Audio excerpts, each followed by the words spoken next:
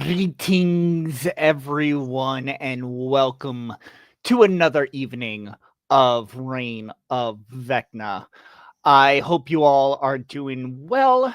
My name is Riku. I am your game master, your mind of Vecna here tonight, and we're excited for a little bit of a downtime, if you can call it that, out in Triboar.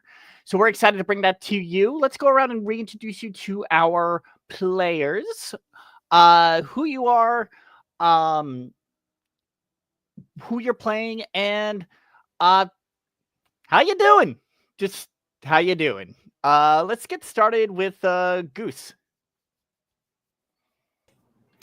Hey everybody, I am Goose. I am playing Tate, the warlock, sorcerer, rogue tiefling.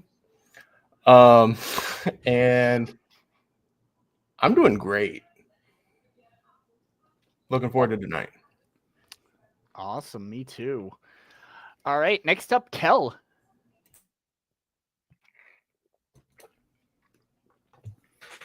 God dang, it got me with food in my mouth. Look, when you have your camera off, I can't tell. So. Oh, you would have called on me either way. Don't use that. No, I would not. I'm better than that. You know that. No, but I am Kel, also known as the Celtic Wyvern King, playing Meek, our reborn Goliath Redemption Paladin. Try saying that 5 times fucking fast. And yeah, let's see how bad my rolls are tonight. Yeah, so we'll see. We'll see. You never know. So sometimes you've had some good nights, and then other times it just decides to crap on you. So It's not other times; it's majority of the time. Well, we'll see what happens. Nick. Hey everybody, I'm Nick. Tonight I'll be playing Nero Aspengard, the half-elf storm sorcery sorcerer, who for once got to flex his family name in a positive light when he got to have a conversation with the captain of the city guard. As far as how I'm doing, I'm okay. A little tired, but I'm all right. Sounds about good. You might have seen him in here and then disappear. But we're working to get Slayer back in here, and we'll get started with that. Damien's MIA, but Damon's MIA. So I'm just checking on that. We're all tired. It's just after spring break for those of us who work in education, so things might be a little rusty. Yes, Damon's on his way, so we'll get them in here ASAP, and we'll fill them in on what is going on. But just to recap things, in the meantime, you all made your way out of the ruins of Long Saddle. Got some pretty awesome loot. Got some crazy old woman giving you a mission to charge up some gems with elemental power, as sort of a side thing. You made your way past an zombie Tyrannosaurus Rex, which just goes to show you some of the more insanity that is going on here. But eventually made your way to Triboar, where you found Zephyrus and found that he also had the second Shroudstone of the Ancients, giving it to you all and requesting that you make the delivery of it to a man named Lord Maximus in Helm's Hold, who may actually have the third Shroudstone. In the meantime, Triboar is a relatively safe, big town with lots to do and places to see. So this can be a good time for some rest, R&R, some maybe a little shopping, maybe a little relaxation, and getting to know some of the other townsfolk. Folks might recognize Triboar from Storm King's Thunder. actually. This was one of the major locations for that. So if you've played that campaign, this should look very familiar. Let me just very quickly. Oh, here they come. And there they are. Fantastic. So Yay! Yay. So we'll go back into introductions. We're just doing name, who you're playing, and how you're feeling tonight. So Slayer, go ahead. Hi, everybody. I am Old Wormser, and I will be playing Ednus tonight. And I'm doing good, other than, the minor technical issues I'm having on my end. But, first it was a mic issue, then my browser froze just as we went live. That happens. I understand that. But we'll get through it, as we always do. All right. And Damon. Hello everyone, I'm Damon. I will be playing Eden, your Warforged Twilight Domain cleric. I am distracted. World of ADHD. Life is lifing, yay things, all the shit. Woo! That stuff. Yeah. Oh, I feel that hard. So no worries at all about that. Lord knows I have taken a nap right up until go time before, so it happens. Anywho, so where we left off, you were just talking to Zephyrus on his farm. He gave you the lowdown on what's going on with the giants, how the entire social order of the giants has completely changed, where the storm giants are now rain giants, and at the bottom of the totem pole, and the hill giants went up a few ranks and are now known as the mountain giants. He also revealed that he has the Shroudstone of the Ancients. One of them, you already have the ruby. I believe he has the emerald one. So you have two now. And he requested you to bring it to Helm's Hold. But you have a city here. It's about midday. You're just hanging out.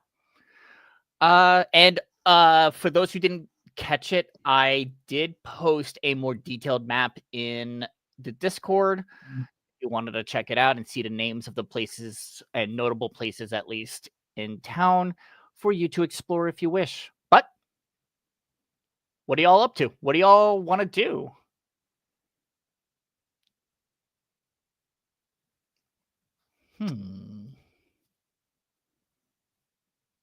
Always an amazing Things and thing. stuff and stuff and things. Stuff and things. You got a couple shops. You have the inn that you can go ahead and check into. Mentioned you saw that woman, that tired woman with the horse, going to Happy Horse Ranch. Yeah. Got a few So different places. I know. Go ahead. Who was? No, go ahead. I'm literally just thinking. Also, real Okay. quick, hydrate courtesy of the man behind the curtain. I have Coke. This is gonna hydrate me as best I can. Because caffeine. Caffeinated water. Ooh, nice. Thanks, Crystal Light. Not a sponsor. Not a sponsor. Very important. But if you Very wanna, I mean, I literally drink it. Well, actually, never mind. I drink it a lot. mm-hmm. Yeah. Because Unfortunately, I can't. I don't like the taste of water. I get that. Yeah. But, Anywho. yeah. Anyway. Okay. Helps. I know. One of the things we had, there was definite interest in, was maybe armor. I know Ednus was eager to get to the forge, right? More the sword than Ednus. Just Ednus was equally curious. Um, and I am looking at notes and also looking at what things are. Those kind of things are things. I mean, we could also sit down. If we're going to be here for a minute, we should probably set up a place to rest. So maybe going to the inn, which I think is isn't that the North Shield House? That is correct. So we're not that far away. We can go there. So, like, this is me, Eden, being mom. Okay, here we go. So we go to North Shield House, set up our place to stay, rest our head. Then we can literally go across to the apothecary because the apothecary is literally across the way. Then we could head to the market square, do some shopping.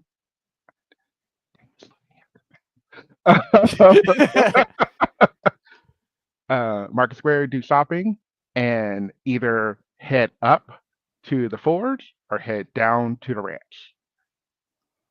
I mean, and granted, we also do not have to do all of this today. I am just thinking of a course of action. You can also choose to split up and go different places if you wish. Also, that thing. I would recommend setting up a place where we could potentially meet, which would be great to have at the North Shields home, if we wish to split. When we left off, we were still at Zephyrus's farm, right? Correct. That is correct. Okay. I think I might hang here and talk with him, if that's okay. He's talking to the Okay. group. He's like, I have some giant related things I would like to get to the bottom of. I did catch up with you guys in a bit. Okay, then I'm going to ask a question of you, if that is what you want to do. How many rooms should we get? Are we good with How 2? comfortable are you? Well, you and Meek don't sleep, so That part. That yeah. is why. So do we just need... You could be like posted at the foot of my bed and just keeping sentry. I honestly don't care if it saves money. If you're worried about saving money, I don't think we need to worry so much about saving money.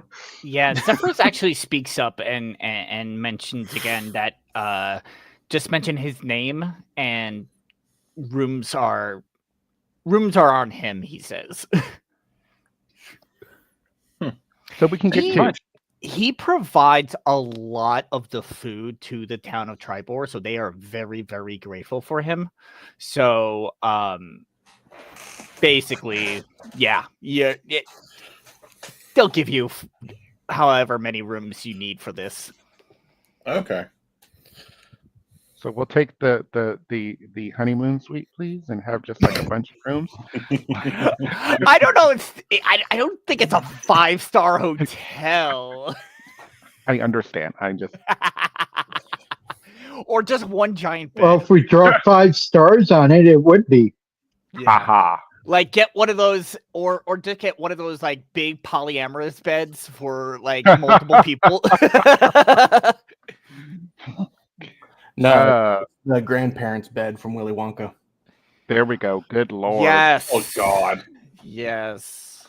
I believe that was a deluxe king size bed. Well, So if go ahead. well, I was going to say if Nero's saying to stay behind, Meek's going to speak up and go like, if you don't mind, I'll stick around too. Don't split up too much, even in areas like this. Okay. So why don't we go set up room, and then we will go to the apothecary. That way we're close by. How about that? Does that work for everyone? Yeah. 10-4. Fantastic. So Whatever happens, though, Tate is sticking with Nero because he knows what happens when he's alone. That's So, also. Oh, see, that's So why Eden- Meek was. because gonna say- I was gonna say, wait, because Nero wants to stay here, is everyone just gonna end up staying here? Well, I was gonna say Meek was only staying here for the same reason as Goose, but he wasn't gonna say it out loud. Tate I- has I- absolutely no misconceptions. He knows exactly why he's staying. I mean, Meek knows too. It's just he was going to be So, polite and not call Nero out. Change of plans. Here we go. Edness and I apparently will be the only ones going. We'll go to the to set up rooms. Then we will head to the forge. That works for me. There we go. Since Yeah. it's just the two of us now at this point. Just the two of us, you and I. Oh, wait. I was just thinking that. And you know, Okay. so that's what we'll do. So yeah. Okay. So if that is the plan, then I'll we'll quickly go over to the inn and take care of what Edness and Eden take care of. So the North Shield House is a pretty clean and quiet inn. As you see the front desk, you see a man and a woman, both human, just working the front desk. You see like paintings of them on a couple of the walls. And what you can kind of gather is that they themselves used to be adventurers. So at this point, they have retired from adventuring and have settled down to create this inn. The female definitely is very confident, and actually my apologies, it's actually it's not a man and a woman, it's two women. Apologies, I read this wrong. One of the women is looks very confident and strong, short-haired as she's walking around. And the other is wearing this very flowy dress and is walking at a with a bit of more flair around the area. And they're both at the front desk. So a fighter and a bard, maybe? Perhaps. Some sort of physical and some sort of magical. There we go.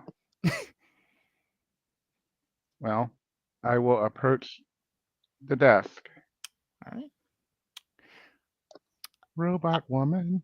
Yeah.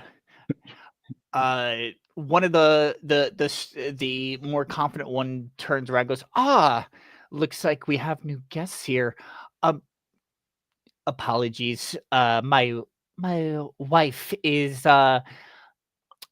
just busy working around here. My name is Urgala, and she is Arsala. How can we help you? Greetings. We are visiting and are looking for a couple of rooms. Us and our party, there's a few of us here. They are out. We are friends of Zephyrus, and he mentioned that this would be a fine establishment to lay our heads.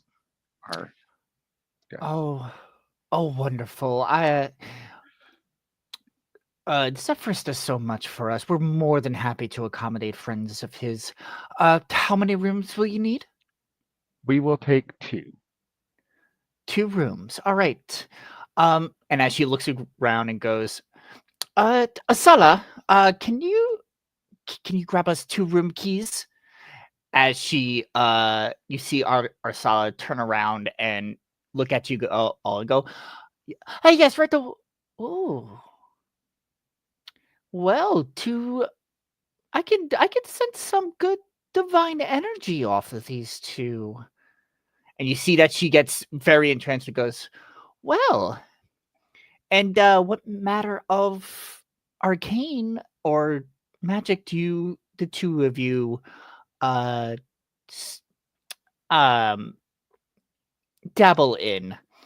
You could see as she's like kind of, it's not really flirtatious, but like flirtatious towards the magic you use, and she's very interested.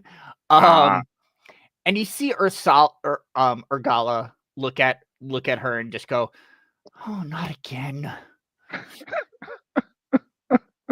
As Urgala just goes, I'll get the keys." Ursala, is is it?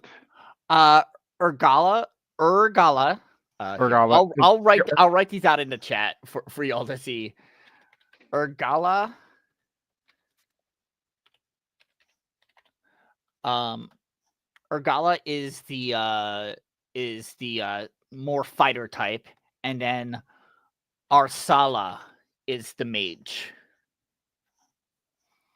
Got it. That's also their like Ursala. mil- I almost got it right. Anyway, but Arsala was the one that spoke to us. Yes. My name is Eden. And I am a ooh, shit. My brain just went fart. Twilight Domain cleric. I know Twilight, that part. I was just trying to say God. Um, Helm? Am I wrong? Yes, Helm. yes. God bless it. Oh, You know how you think you remember and then you don't. yes. Oh, very interesting. It's very it's rare to see uh uh a warforged with this kind of divine following. It Uh is. yeah.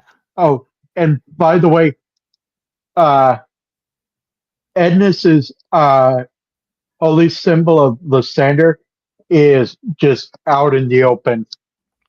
Fantastic. And yeah, she recognizes that and goes, "Ah, and you must be one of Lathander's followers. Uh it seems like you have a mix of both um energies from the divine and also from your general strength of heart as well." I am a life domain cleric and a budding paladin. Ah, a righteous cause. Well, very pleasure to have you here. From me, I am just your standard wizard, as she kind of just flicks her hair like she's very proud of what she does. And he goes, Ah, Tell me about some of your more fun magical adventures. I'm very curious to know some of the folks who come through." I usually don't Mm. talk about the abilities I have, but divine, nature. I have recently um, learned the ability to create shelter for our party when we're on the road. Ooh, one of Mordekainen's spells? A tiny hut, Yes. I think that's Leoman. oh yeah. Oh yes. Lehman's. Uh very well. That's definitely a useful one when you can't find yourself at an establishment like this. Exactly. It's great for on the road, and it Yes. has many other uses, but that is one. Yes. Um you kind of hear as Urgala is going through some of the keys to try to find the right keys for you all. She kind of just turns around and goes, uh, she may have spent a lot of time in adventuring with her magic, and she is quite good at it. But sometimes I feel like she wants to get back out there and leave this nice safety that we have, dear. Mm, I can um, understand the desire to um, help. mhm. Yes. Adventuring is Well, one. with the state of the world, you can't really have safety in a place forever. Well, that is true. I mean, the only reason we're able to keep the giants at bay is by essentially feeding them every once in a while. Uh, Feeding them? yes, we offer tribute to them, and they essentially leave us alone. That's why we've been able to um, remain as prosperous as we have been. Um, and you know how giants, especially the mountain giants, like to eat. Uh, It Mm, helps that you have a giant helping make sure you have plenty of food. right. yeah, but if even the food that he grows isn't enough to satiate those giants, and Mm, you hear Urgala in the bag still looking at the keys, and you hear her just say, poor Janelle. who? Oh, she is the Janelle, the proprietor of the Happy Horse Ranch. Okay. What happened? Well, unfortunately, it's her horses that we end up offering as tribute. Oh, Uh, Arsala speaks up and goes, "Sh- the Happy Horse Ranch used to be a prosperous stable. We used to rent out horses for travelers, um, even show ponies, even. Um, but unfortunately, um, the mountain giants require a lot more meat than usual. Um, but we can do what we can to help support them as best we can. If you like, maybe she would like to see some friendly faces, mm, and you could probably learn more about what's happened from her. It's not really our story to tell. understood. As Urgala comes back in, puts down 2 keys, and he goes, here are your 2 rooms. They should be all made up and ready, right across the hall from you, all from you, each of you. Um, and then just down the hall from your rooms is the shower room if you do need it. Mm, this is most appreciated. Thank you very much. Uh, Urgala goes, "You're very welcome, and enjoy your stay. Stay as long as you need, and if you need any help getting around or where to go, just let us know." And Urgala Um, and Arsala speaks up and goes, actually, I can also offer a little bit more assistance if you like. Mm, It's a bit of a trade that we give here that I help out here too. Um, I have a and she pulls out her spell book and she goes, if you'd like for a fee, I'd be more than willing to cast a spell on you all to help you out if you're going anywhere and could use stuff. Um, things like I have like mage armor invisibilities, fly, things like that too. That I can help you out with. I'm willing to provide the components and the ink to actually, is it let me double check. Yeah. And, a member of our party would like to talk with you. Yes. Oh, I'm sorry. If you like, we could I can allow you instead, I can allow you to copy any spell from my playbook onto a scroll for yourself. I'll supply the ink and the components. You just need just some gold, and I would be willing to allow you to do so. Oh, that would be much appreciated. Yeah, I think our goblin friend would take her up on that offer. Yeah, and you see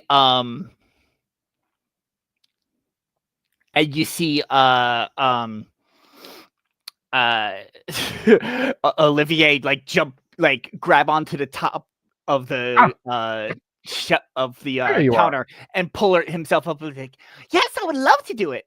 Oh God, I And you forgot see as the two women just go, oh, sorry, I didn't see you there, little one.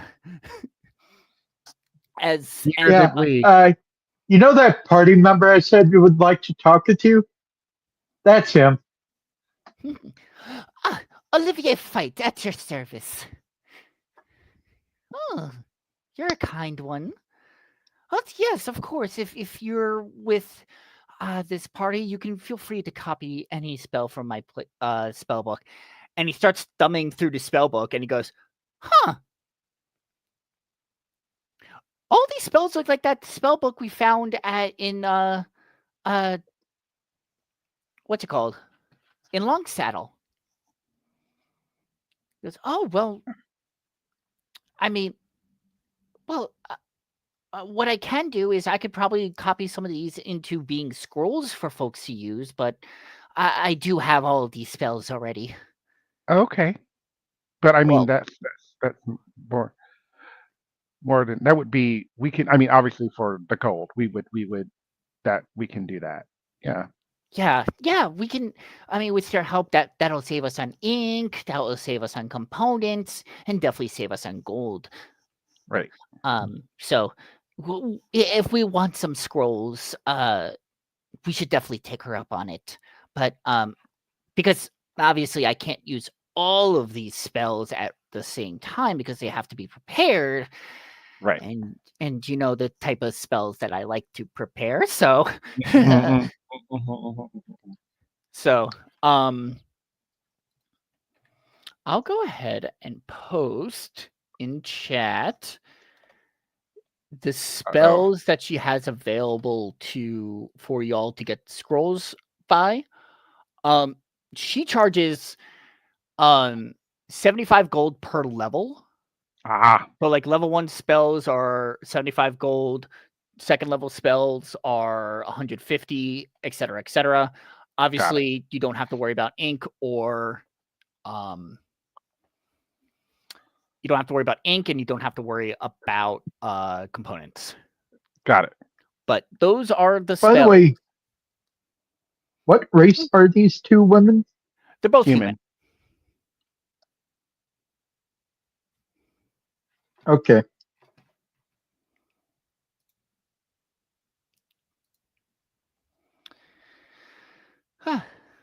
Well, I hope you have I hope you and your compatriots have a fantastic time here in Triboar. And obviously, if you need any help, please let either one of us know. We shall. Wow. Thank you so much. You're very welcome. I'm looking at the spells. Yeah. Yeah. These are essentially the same spells that the mage monster will have. So it's the same spell book. Got it. Which is why it's the same spell book that Olivier found that he is copying spells from anyway. Got it. And Okay. speaking of Olivier, he looks at you and goes, I'm gonna go relax in my room. I definitely want to get started on this spell book and start getting these into my deck, or at least Perfect. create cards for the future. So, um, unless y'all are sticking around, then I will. I'll see y'all when you get back. Yes. Okay. Cool. Don't forget So about me. I'll give him one of the keys, and we'll go to the room and maybe set like a couple of like satchels down, and yeah, and we'll divvy up rooms once we're all together. Fantastic. Okay. However, the only thing we're not leaving behind is the precious stones that we're carrying. Yes. That part. Yes, and I'm assuming you're also taking Zespara. Yes. Yes. Awesome. Good to know. All right. And you said you're going to the forge. I figured that was a common sense thing I didn't have to clarify on. Oh yeah, just wanted to make sure. I don't know if you were going to leave your weapons in the room or anything while you're exploring. No. Well, Cool. I'll leave my other melee weapons here, Mm-hmm. but not Cespara. There we go. Mm-hmm. That's fair. Fantastic. And you said you're heading to the forge. So, next. like, yeah, because like the battle axe and warhammer can stay behind, but not Mhm. Cespara. Right. Sounds good. All right. So we will catch up with the two of you. I'm assuming you're going to the forge next from Yes. what your plan was. Cool. So we'll catch up Yes. as you are walking up towards the forge. Okay. But we'll catch up with you and we'll head back to the farmland where Nero, Meek, and Tate are all stood behind to have a chat with Zephyrus. And yeah, so Zephyrus goes, well, what's on your mind?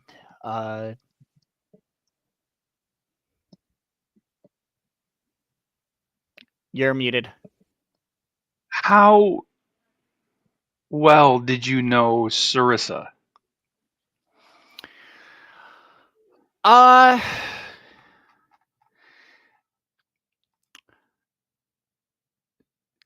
Zephyrus,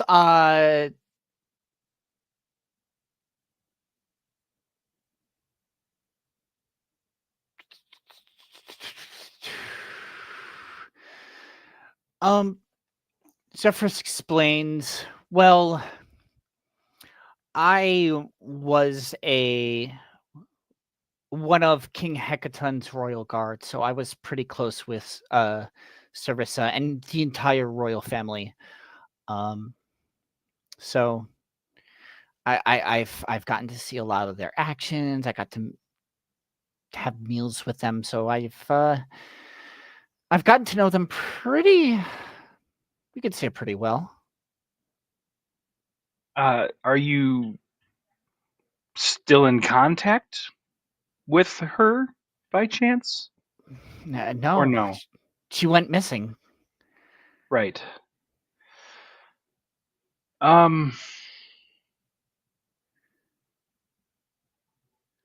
Nero is absolutely doing the thing, the D&D equivalent of like looking up your ex on Facebook, and he's just probing for information.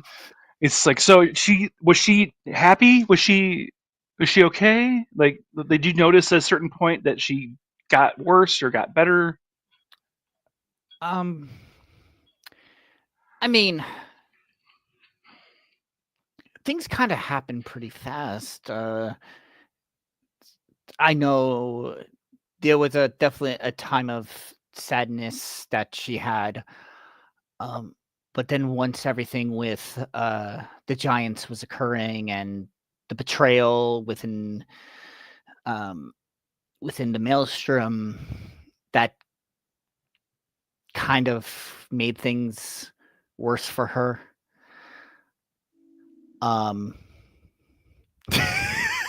I love it when y'all attempt to insight and while I'm going for things and I'm like so no, Tate, you can't tell anything is up. I wasn't even focused on him. I'm looking at Nero. Oh, okay.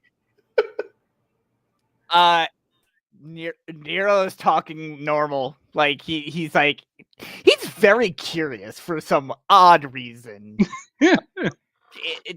Maybe he's just really interested in the history of the Giants and what's been going on. Maybe he has a school paper he had to write.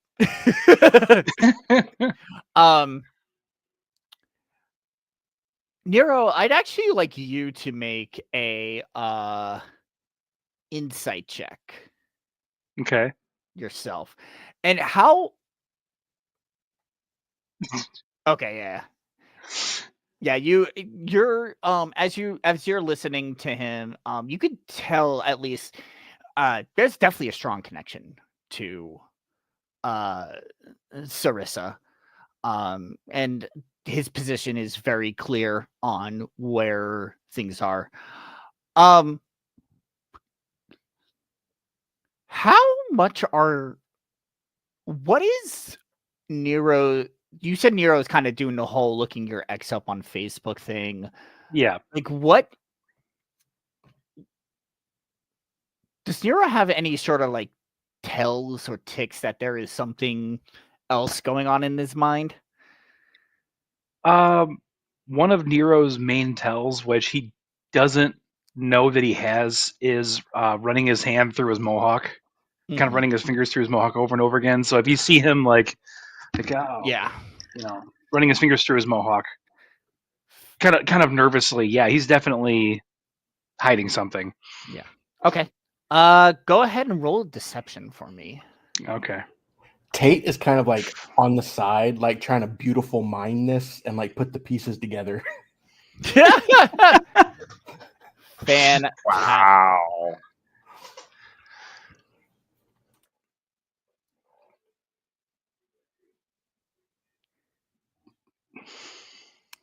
Give me one moment.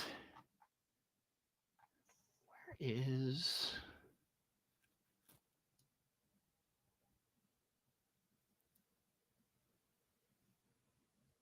Oh, it's gonna be over here. There it is.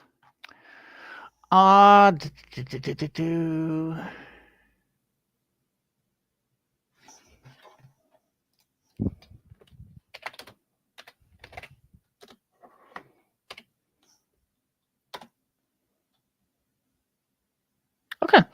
Oh, Zephyrus looks at you and goes, well, yeah, you're I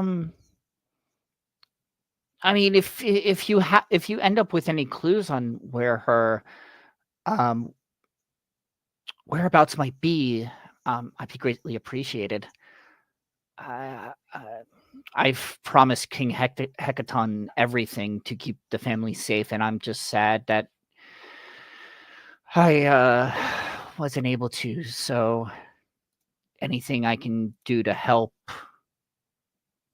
I'd go to the ends of the earth for her. There is one thing. If a miracle happens and something, maybe you come across her and are able to get information to her, can you just let her know that Nero says sorry? That's yeah. That's all. That's really it. He's going to insight you again on that. Okay. That is very much a clear what? Hey, hang on. Can I do that too?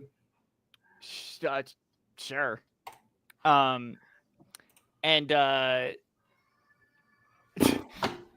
Nero, are you trying to persuade him that you're something you're not, or are you trying to like deceive?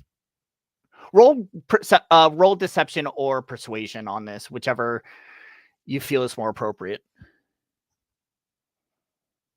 I'll do persuasion. Okay. 23. Yeah.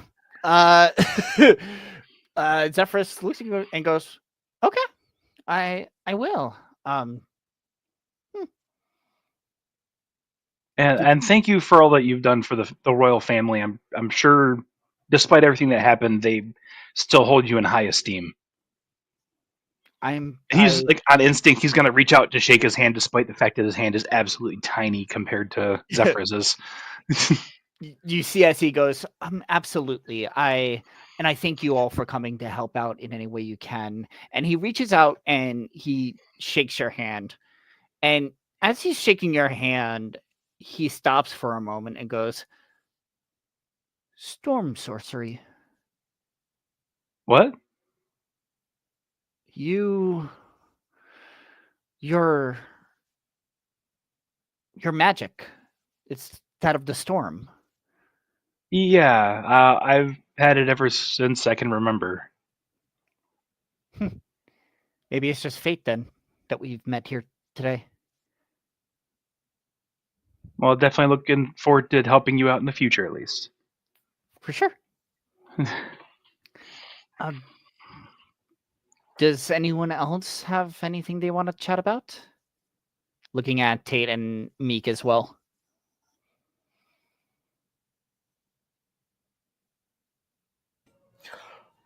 I'm just here to make sure he doesn't do anything stupid. That's fair. You are a good friend. I wouldn't go that far. No.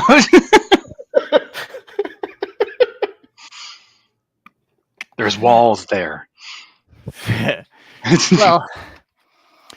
well, trust me, if y'all decide to create any trouble, I'm sure the 20 will be on you in a quick moment. They're very good at their job here. I got that vibe from them. Yeah, the 20 referring to the guard. But yeah, we'll take patronage of your fine town, and again, thank you for the information. Mm-hmm. Of course, and if you need anything, just feel free to come back and see me. He's gonna kind of give a polite bow and turn and walk away. Okay. The wrong way. He's instead of heading towards the town, he's just like walking further out. Just let him go. He'll figure it out. After seeing them shake hands and like how big his hand is comparatively, Tate's just gonna put his hand out like in a fist and put it out for a fist bump. Like, it was really good meeting you. It's good meeting you too. And he make a dexterity save for me. Nice.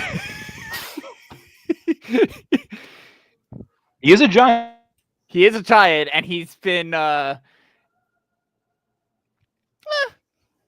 he gives you a fist bump, and it kind of like wobbles you a bit, but you're able to stay standing up. And he goes, "Oh, sorry, I sometimes have lost a sense of my own strength." Nope. That's on me.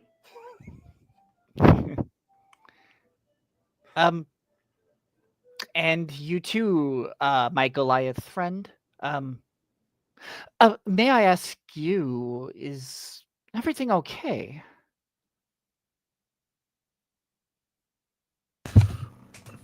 Yes. Why would you? What makes you ask that? Well, from you are a Goliath, right? Yes and no. Huh. Well, you're definitely the skinniest Goliath I have ever seen. I'm kind of just... I look out for a lot of people here in the city, and it's getting those kind of making sure that you're healthy and safe. Well, health is one thing I do not have to worry about. Does Meek have any scars on him? Probably. Mm-hmm. Okay. And he goes, "Huh. Well, if you ever feel yourself weaker or need some help, I have some classic giant remedies I can that would definitely help if you ever need. And the offer is appreciated. And I'll put my hand out to shake, like Nero did. You see, as he only puts out puts out a finger to shake. You can see that he's being very careful with you, just due to you to him as with you being a Goliath. So, for lack of a better word, meek. You seem so frail to him, and so he's. Yeah. It's very unusual for him to meet another giantkin that is so skinny and frail. When I see that he pushes the one finger out, I'm gonna be like, nah, full hand. Okay. And he goes to shake your hand. Yep.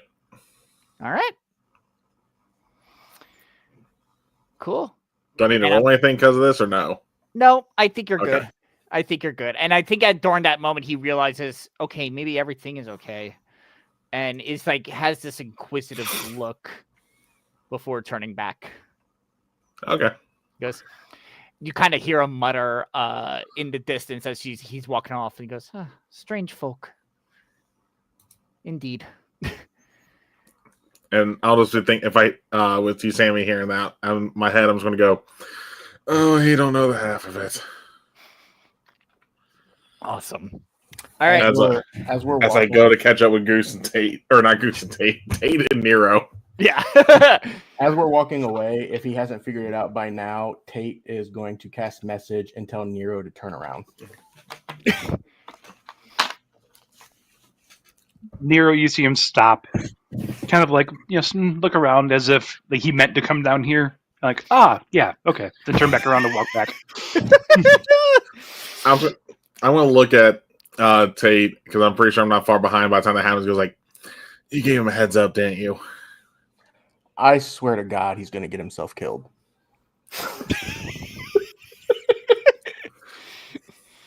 Hey, at least it means you get a bigger share of the loot then. Since you also get my shares. That's true. Like, I'm the crazy one, but he's just clueless half the time.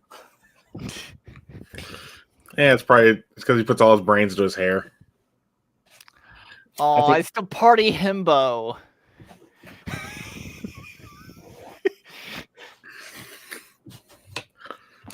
I blame the product. Yeah, too many chemicals. Yeah. It's just soaked into his brain. Yeah, that's definitely not magic. Yeah, well, at least he doesn't need to use his head to use his magic. Otherwise, we'd all be in trouble. That's the truth. Well, let's slow down a little bit. Let him catch up. Yeah, I wonder if he's actually hearing any of this. Like, I'm actually saying that to Tate.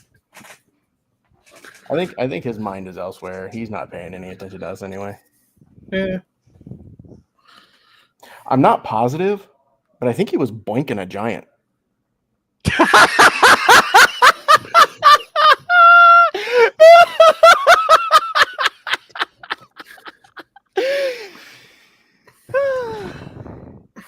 I mean, that's one way to die.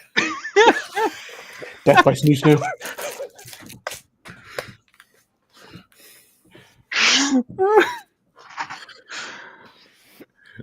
Yeah, with you guys saying that, like he hasn't responded at all to it, so you can definitely tell he's not hearing you. Oh, Nero, I was gonna say roll perception on that to see if you hear. You can roll perception to see if you hear it. Let's do it. Thank God I wasn't doing anything. I'm in my own world. You are so distracted with your inner thoughts of what has transpired that you're not paying attention. You pretty much like you seem like you're walking fine, like straight ahead. But you clearly bump into both of them, not realizing that they're in front of you, even though you're walking towards them the entire time. Tate, as soon as he bumps into him, he'll be like, "Hey, numbnuts," and he's gonna flick him on the ear. Like, yo, sorry. I gotta ask you something, like for real, like friend to friend. Okay. Did you used to boink a giant? when Tate asks that, Meek is just going to gib slap him or attempt to. You see, as you ask that, you see one single tear appear in his eye and roll down his cheek, and he's like, "No, she used to boink me." Then he just kind of walks away. So when Nero says that, I'm trying to think of a good movie reference for this one. But yeah, no, he's like just like Meek's just had error code 404 on that one as he's just watching Nero walk. Like, hold on, what? Yeah, even Tate stops in his tracks on that one. And he's going to look over at Meek. I think that just opens up more questions. Opens up more than questions. And from that point on, he's going to watch Nero to see if he walks funny. Oh God! This is... Yeah, I think when and Goose, correct me here. I think when Meek and Tate both stop hearing that, they do the whole look at him, look at each other, look at him, look at each other before you say that little bit. Oh, it's like shocked and appalled kitty.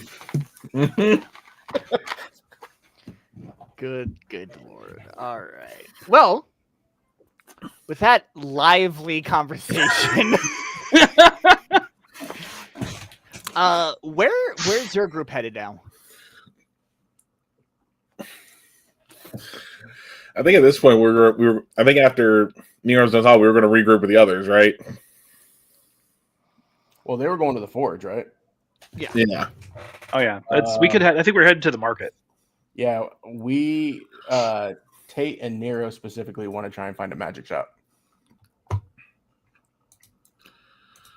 At least I think that's what we were talking about. Oh, excuse me. Okay. Meek, what are you going to be joining them? I mean, if they're going for a magic shop, someone's got to babysit them. Fair. Okay. So actually, so you're gonna go ahead and head over to the market. So we'll catch up with you. In the meantime, we'll flash over to Ednus and Eden over at Fohammer's Forge.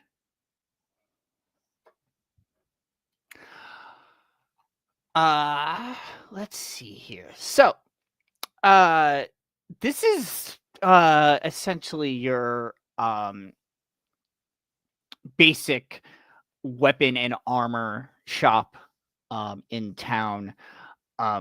You see on the wall there is a plaque basically saying owned and operated by Royal Armorer Gelderin Fohammer.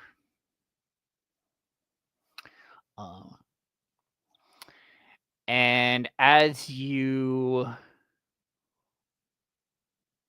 walk in, you see at like one of the tables working on a piece of leather armor at the time, you see a male dwarf, pretty much in his twilight years. He is working over this and definitely, I'd say, slower than what you would normally see a normal blacksmith or leather worker usually work on stuff. But yeah, you see him just working away.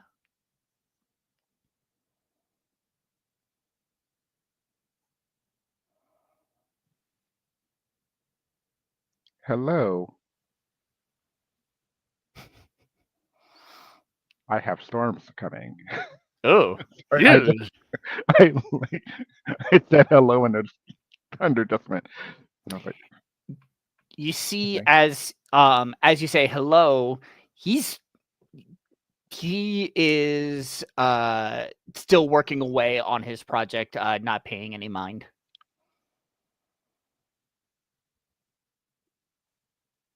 Awesome.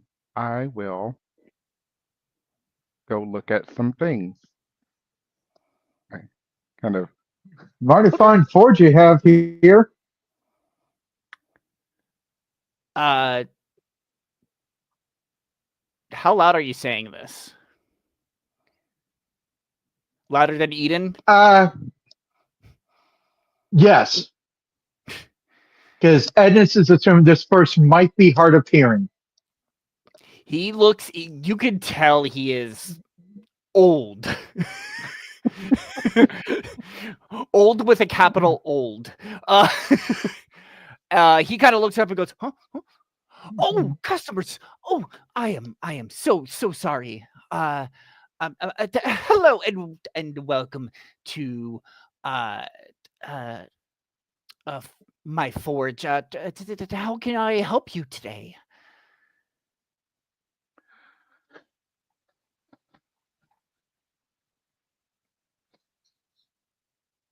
Sorry, I'm having a moment.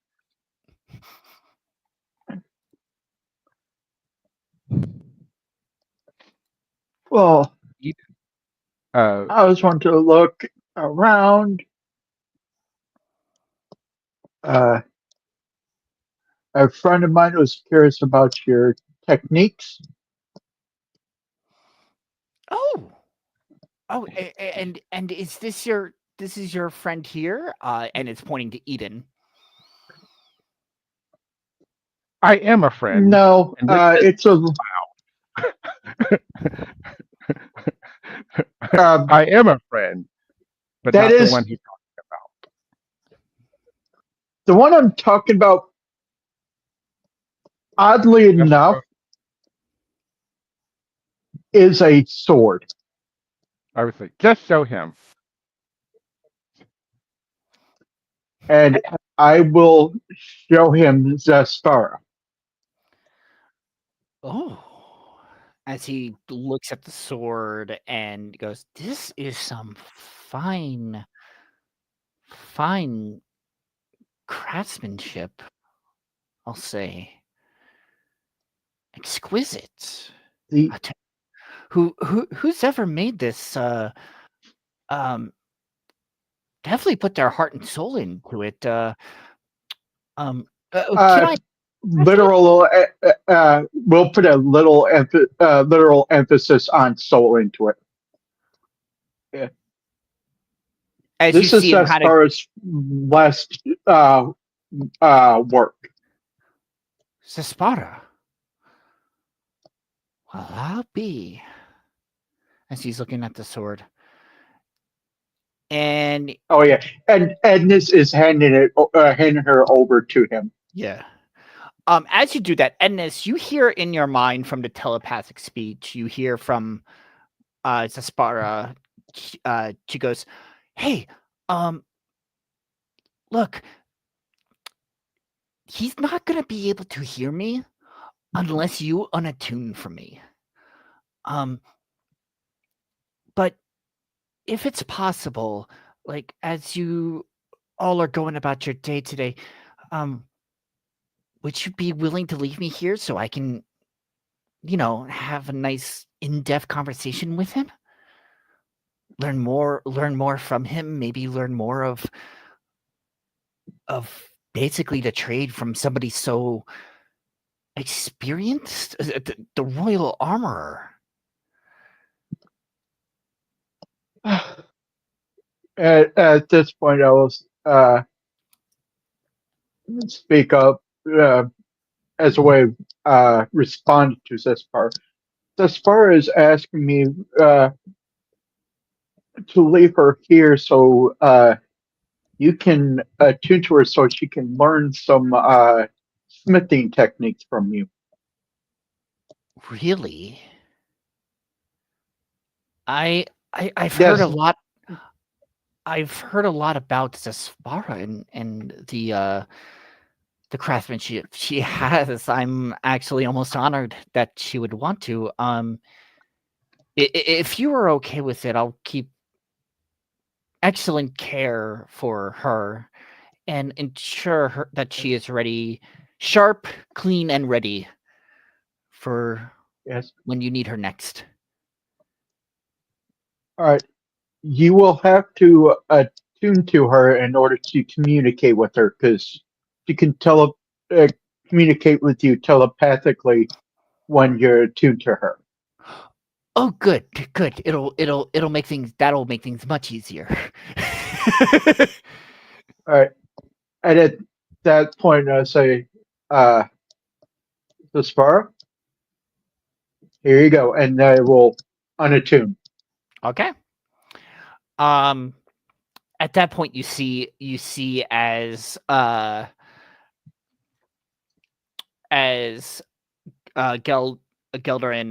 holds the sword and begins his own attunement ritual.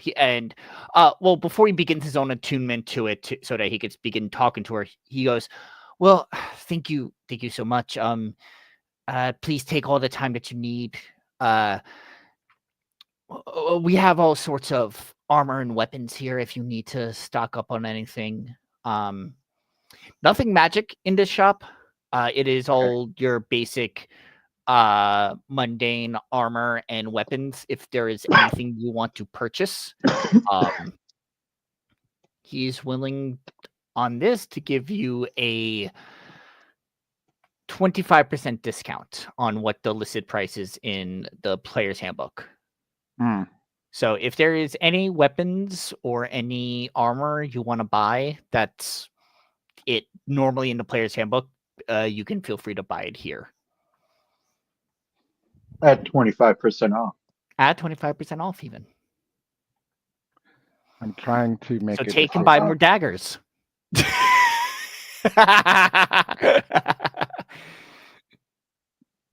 Mm. I don't know. I only have 10. I'm feeling a little light.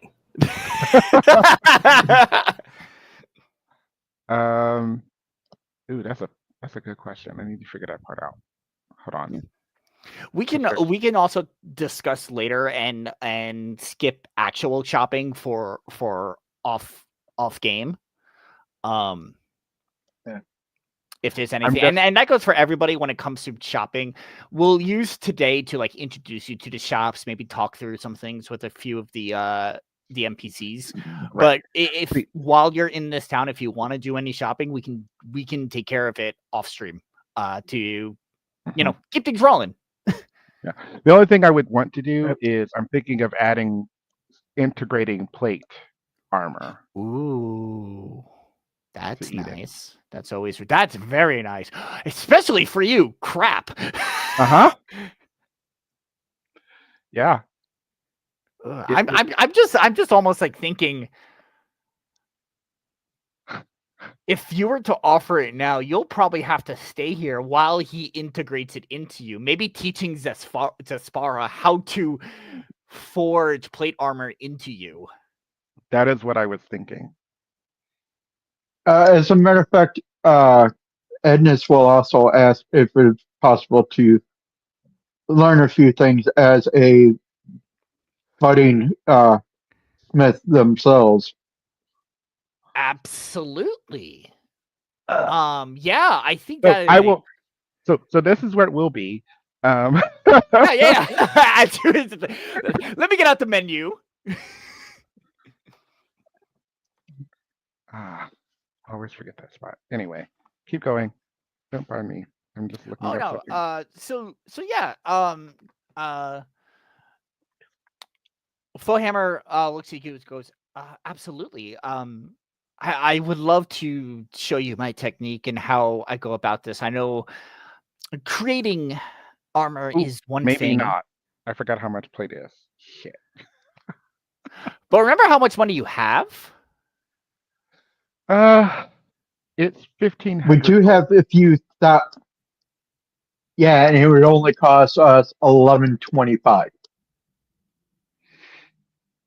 And didn't y'all get yourselves like 10,000 gold or something like that? Oh, that's right.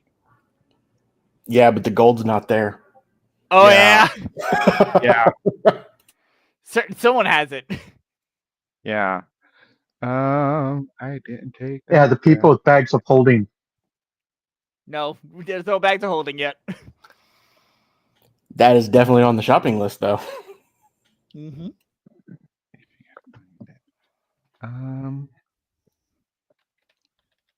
Oh, I guess I could. Have I fuck with my spells yet?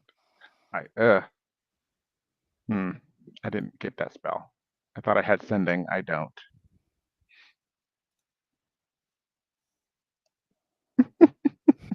And Well, I honestly, I will. forgot what kind of armor I'm wearing. I always forget how much plate is. We can get it. It's just a matter of paying for it. That's the only thing. But that can be discussed. You know. Um. Oh. Oh. Oh. Mm. Eden has thoughts. Um. Maybe. I Thoughts don't and think I'm going to shares. persuade him. I don't think I'm going to persuade him to drop it too much lower. But I will say to him, I don't know if you have ever worked with a Warforged and done something of integrating in a way. I think this would be a unique experience for you and Zespara and also Etnis to learn from. Um, Maybe that would be something to take some of the cost down even uh, further. Machine wink. may machine wink. Go ahead and make a persuasion check. Here we go. And guidance. Okay, that may help. Because Edness loves this idea because, it is a learning experience for them. He looks at you So 20, and 30, 20. and goes, "Well, make me an offer." Hmm. I'm looking at the gold I currently have, and I do not have nearly that much. But how about this?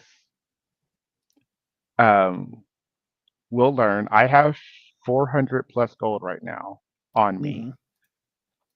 Mhm. And I will literally throw that down. We do have friends that would be able to provide more, but they are in the city, and we split the party. Ha ha ha ha Ha ha.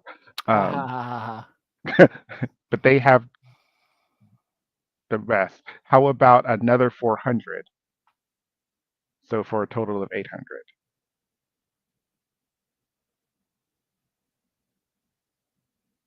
Okay, Excellent. And I will he'll put the agree to it. 400 down and that part. Cool. Yeah, I'm literally spending pretty much all of my gold for that. I mean, it's definitely useful. Yeah, I'll accept that. Oh, that's not what I wanted to do. Hold on. Don't gain that. You meant to um, lose that.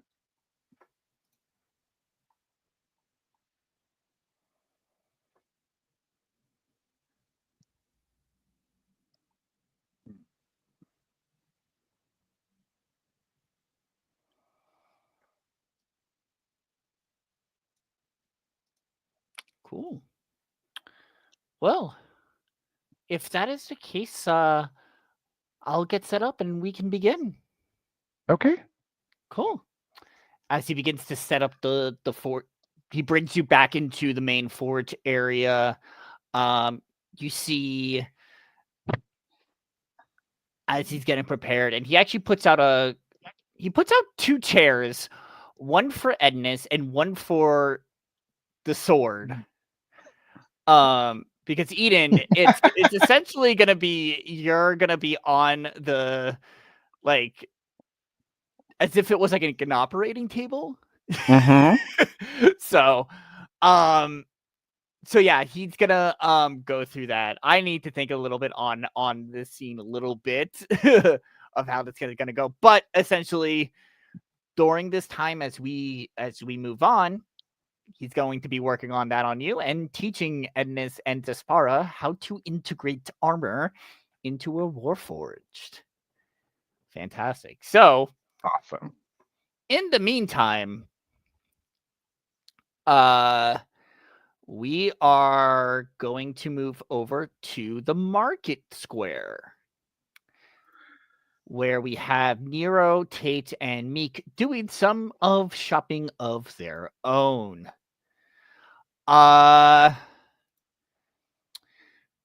As you get into the market square, surrounding that large tower in the center, you see a lot of more of the mobile type shops, like folks that will come into town, set up shop, and move on their way afterward. A lot of this is food. A lot of places have more mundane items. I am going to have you roll a D100 to see if you find one selling magic items. Either slash roll.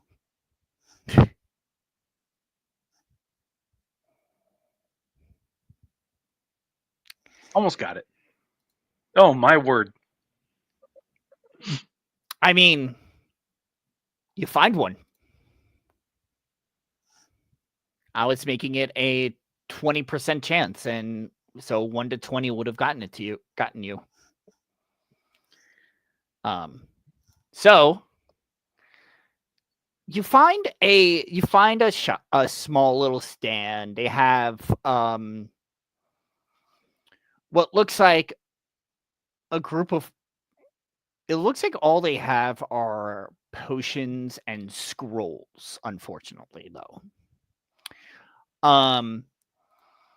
Potions, you see some regular healing potions and some greater healing potions. You also see a vial of pink liquid as well. Other than that, you see a bunch of just rolled up scrolls displayed there of what you can assume of is different spells.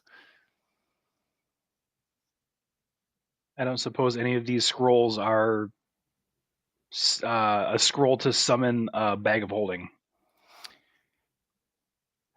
The gentleman behind the goes, oh, don't we all wish that that was an actual spell?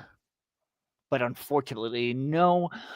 It looks like I have, let's see here, Gust, Ray of Frost, Meld into Stone, and Conjure Elemental.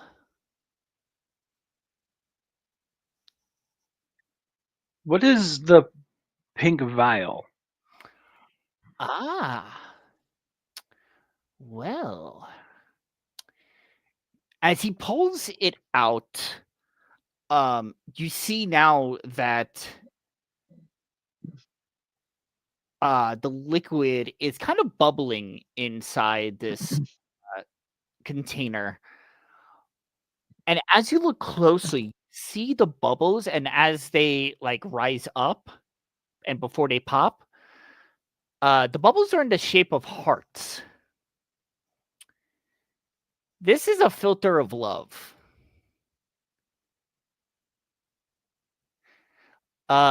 Which the next time the next time you see a creature within 10 minutes, you become charmed by that creature for 1 hour. And if it is a species or gender you are normally attracted to, you regard it as your true love while you are charmed.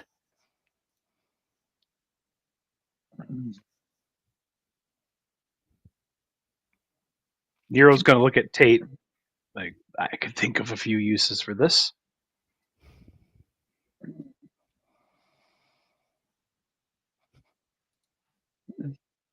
How much for the vial?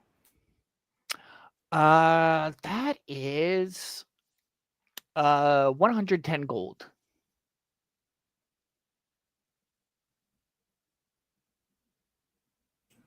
Each.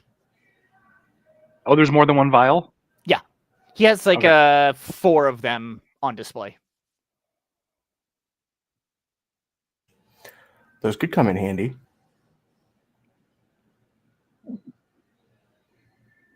So it'd be 440 from. Nero's gonna look inside of his coin purse, and he's gonna be like, "Oh man, like it's too bad I only have 300 gold, or else I'd totally buy all those off of you." How do you say this out loud? Oh, he's saying it to where he's trying to make it seem like he's talking to himself. Oh, But you're trying to see if he can lower, oh do yeah, like a buy 3 get 1 free deal. yeah, it's like, oh man, that sucks. I only have 300 gold. Make a persuasion God, check.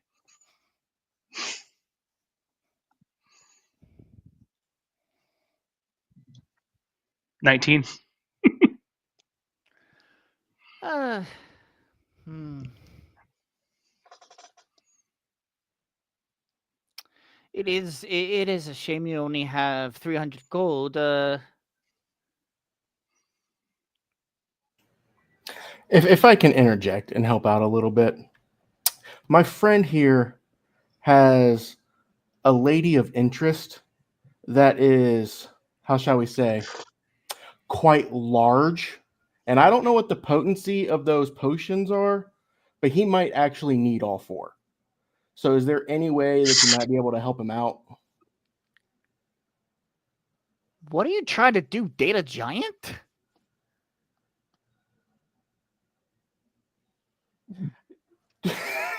I'm gonna go like hang on. playing like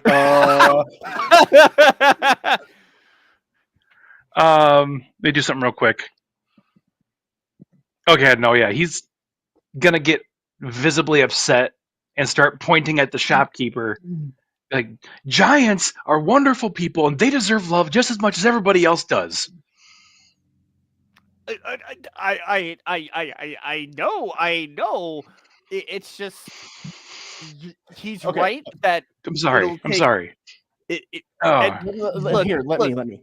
So they kind of had a little bit of a falling out. He's trying to repair things. She spent their entire relationship boinking him, and he just wants the opportunity to boink her once. You'd really be doing him a solid if you could help him out, man. Again, Meek is going to go for the Gibbs slap. on who? Tate know in what? this case, but Nero will probably have one coming up here soon. I can give you 3 of them for 300, which will save you about 30 gold on what the price would normally be. What if I make up the 30 gold difference? Because I have at least that much. Can I make up the 30 gold difference and you throw in the 4th one? Deal. Cool.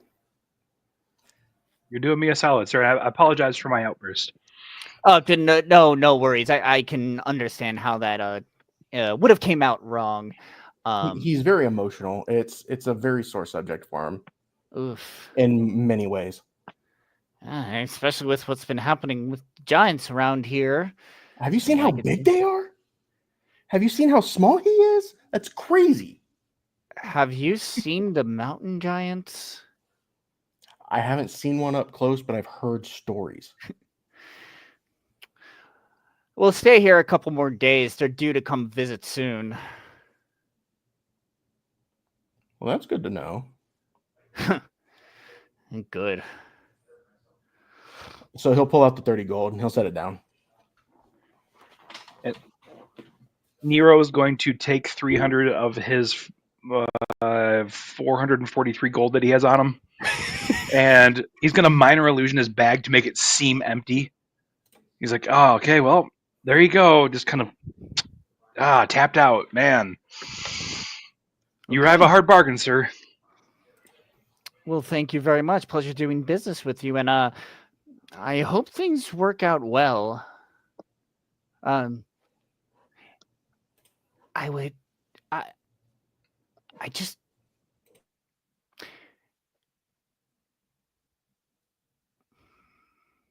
what kind of giant is it? Do you know the name Sarissa? I do not. No. Okay. I guess now she would be considered a rain giant. Oh, okay. Okay. I understand. I was just making sure if it was one of the other elements. We should be getting more stock of fire resistance and ice resistance, cold resistance potions if you needed those as well. Um, but with a rain giant, you should be fine. Sir, you had my appreciation, but now you have my respect to think about us like that. I really appreciate that. Eh, I mean, you can never To, be too careful. Yes, that's true. to be honest, he may need more. He probably wouldn't need resistance, but regeneration for any broken bones. Not to uh, mention that fire crotch. I did have a friend of mine back in Waterdeep who was dating. He called her a fire elemental, but we're pretty sure it was just a tiefling who liked to set herself on fire. But kinky. yeah, we kept trying to warn him off of her, but he just kept guzzling the fire resistance potions and like, yeah, Huh. man, you do Uh, you. I'm gonna regret saying this out of character, but Meek's gonna go. It's like it sounds like you all actually just stoked the flames. Because how many times have we told you not to do something and you went and did it anyway? Yeah, Oh, but if you have people like me or Tate telling you not to do something, you know, We you should definitely probably want not you do to it. do it. Yeah. My point still stands. I had to get the pun in there. That's good. Yeah. That's good. Yes. Um. Yeah. So you're able to find the shop. You do that kind of shopping, and as you're walking around, looking at what else is around, uh, you find that uh, it the stalls all circle the main tower, but there's a gap right where um the lion's share is, which is a large provisioning shop. Basically, you're a general store. Um,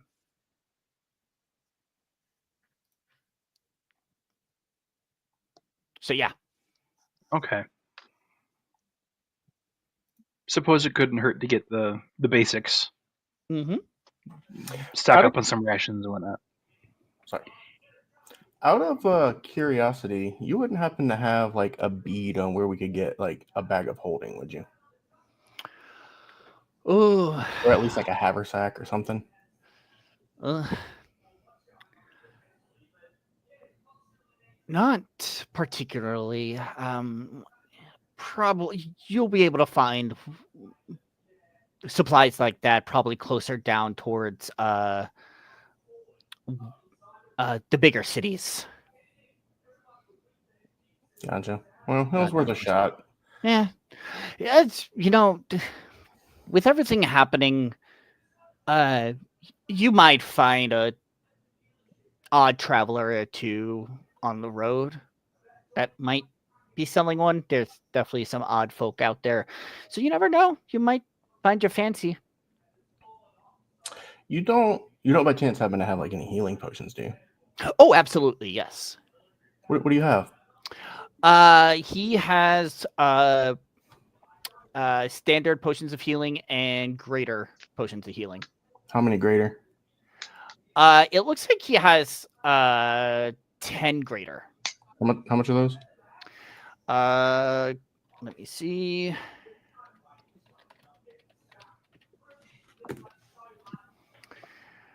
That is 150 each. Yeah, I think standard are 50. Yeah, standard are 50, greater are 150.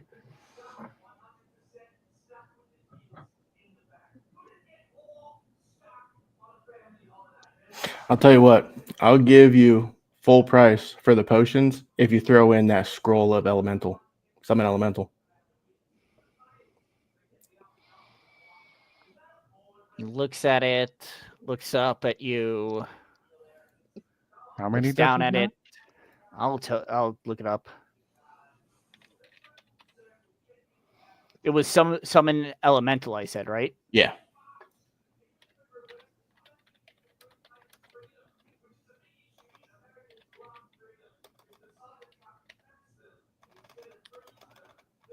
Let me see. I do apologize as I am looking this up. I'd be weirded out about him one day. Free summon elemental scroll. He goes. You said 10, all 10 greater potions of healing for at full price, and throw in the conjure elemental. That's what it is, conjure elemental. For free. Is that the deal you want to do? Sorry, I didn't realize I was muted. Yeah, 1,500 gold right now. He kind of looks down and goes, I admire your interest, but all 10 of those potions together cost the same as the scroll.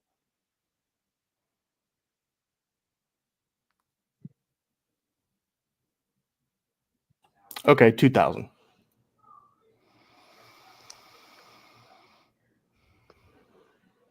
$2,500. Actually, you know what? Make a persuasion check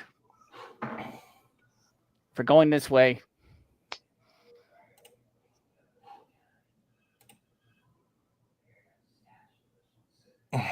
$13.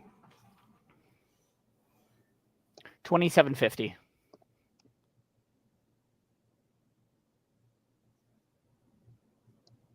Call it 26 and you got a deal. Deal. Cool. 2,600. You now have 10 greater potions of healing and a scroll of conjure elemental. Damn! Oh, by the way, for magic item prices, I'm actually using the same magic item prices. I'm not using the formula from the book. So, and depending The on one the from shop, the book is absurd. yeah. And I may or may not be like marking them up depending on the seller. Rarity. I mean, that's to be expected. Oh, not rarity. It's based on the seller. So I have fun tools to play with. Cool. Anything else from this vendor?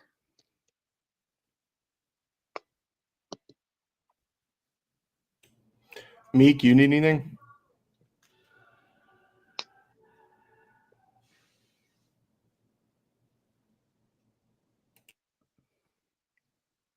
Meek. Probably forgot he's muted. Or went AFK and didn't tell us. That's okay. I think y'all are.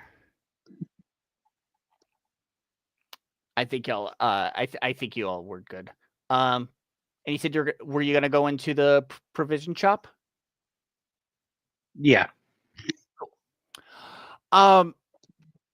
Yeah. So the lion's share is pretty much the largest provision shop in Triboar. It is huge. And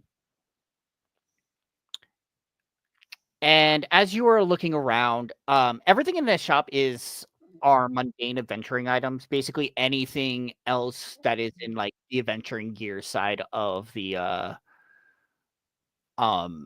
player's handbook. So anything there that you want to buy, you can feel free to.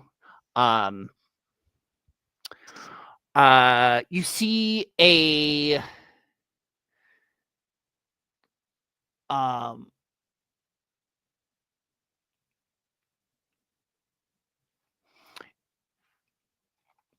you see two people, a man and a woman who is tending to the shop. As you walk in, the bell rings above the door. And and as the woman continues to start sweeping, but the man quickly throws his head up, and seeing the three of you and seeing how you're dressed as, well, adventurers, his eyes go wide and just very excited. Goes, "Oh, welcome to my shop! Oh, great to have new faces here. Welcome to the lion's share. How can I help you? We have many, many items here that you could take with you on your adventures." Um, and you hear the woman go, "Narth, would you stop bothering the customers? You're just here to shop."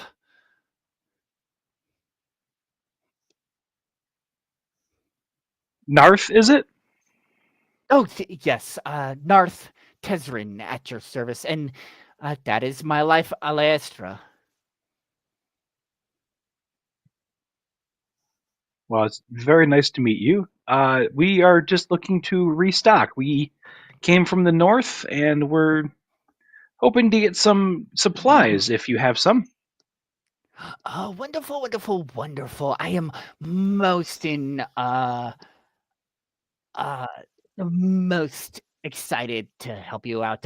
Here, let me grab you a basket, and I can help you grab what you need. Um, what what kind of adventures have you been on? Dark caves, uh, large mountains. I'm very, very happy to hear everything that you're going on.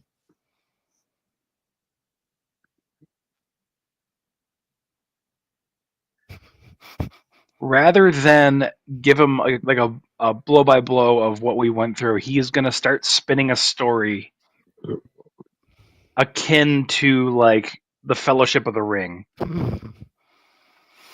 So he's oh, we left Mirabar, and then as he goes on, we came across some trolls, but we got the trolls to talk to each other for so long, and then the sunlight came out and it froze them into stone, and just absolutely making this stuff up as he goes, Ooh, trying to make them, yeah, make a performance check for me.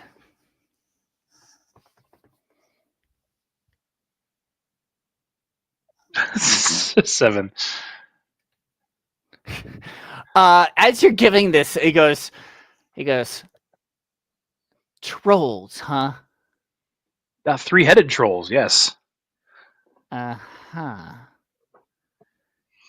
Sure it wasn't just 3 goblins in a trench coat? He's gonna give him very patronizing look. Like, I think I know the difference between 3 goblins in a trench coat and a 3-headed troll. Thank you very much. Mm-hmm. Kate's from like the size and like, how dare you? He goes, "Well, I'm sure you've been on some exciting adventures nonetheless. You seem like you've just got to town and haven't had a chance to rest. So at least your clothes look like you've been through a bunch."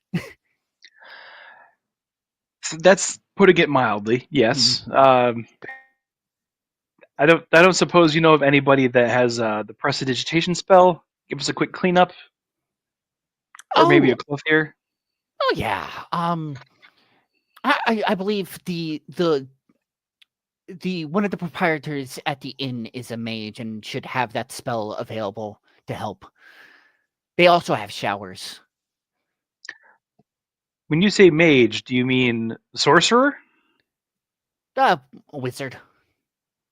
You seem kind of. Oh, okay. Well, it's better than nothing, I suppose. Yes, we're just needing the basic supplies of, rations, spell components. My friend here is learning some new spells as we speak. He points over at Tate. Oh, wonderful, wonderful. Well, just let me know what you need. We can fill up the basket and we can see what it comes out to. As he like almost in a way drags you around the store in an excited manner, and helps fill up. Again, off stream we can go ahead and do the actual like items. But eventually you pile up your items. He brings it to the front counter and starts filling up your basically checking you out. Where did you put those filters of love? I believe I have like a bag with me. Mhm. I put them into a small pocket in the bag. Okay. I'm gonna say that there is like one of them kind of almost peeking out. And he goes, "Oh, looks like you got yourselves one of the love potions from the vendors outside.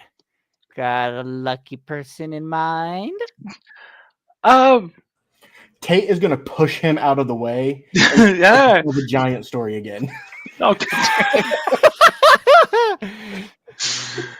He Oh, was just red in the face, just like. well, love does crazy things to us. Hell, I gave up my life for adventuring for that woman over there. But I'd say I do miss it.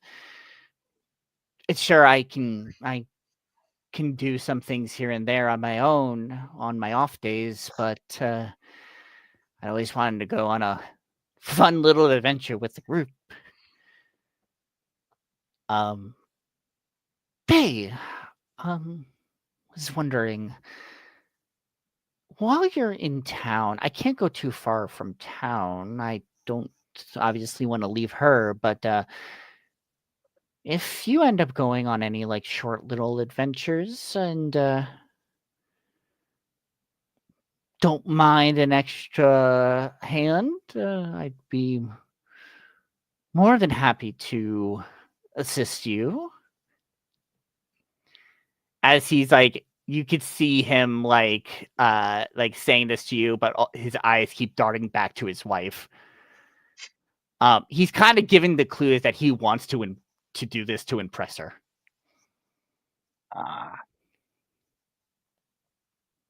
Well, I've heard of crazier things done in the name of love, so if we come across a side quest here or there, we'll definitely let you know. Oh, wonderful! I am very skilled with a dagger. Um, I and I'd be more than happy to help you out. Just to be safe on all sides, if you don't mind, I'm gonna draw up a waiver Mm-hmm. before we go, just in case anything happens. Like everyone's covered.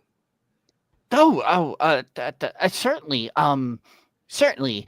Uh, but can we make this a surprise for Aliestra? I want to come back with something really cool to show her, and show her how heroic her husband is. I'm sure we can figure something out. Okay. Yeah. You could pretty much find me here most of the time. So, if you find anything, just let me know, and I'll see what I have in my own stash to give you as payment. I unfortunately, a lot of the gold goes back into the shop and to our lives, but I might have a few things I can give you for free. How's your town looking on cats? We have a couple strays here and there. Some folks may own a cat or two. Why? We might know some goblins that like cats. Oh? They really like cats. Like, Not in a creepy way, though. no, just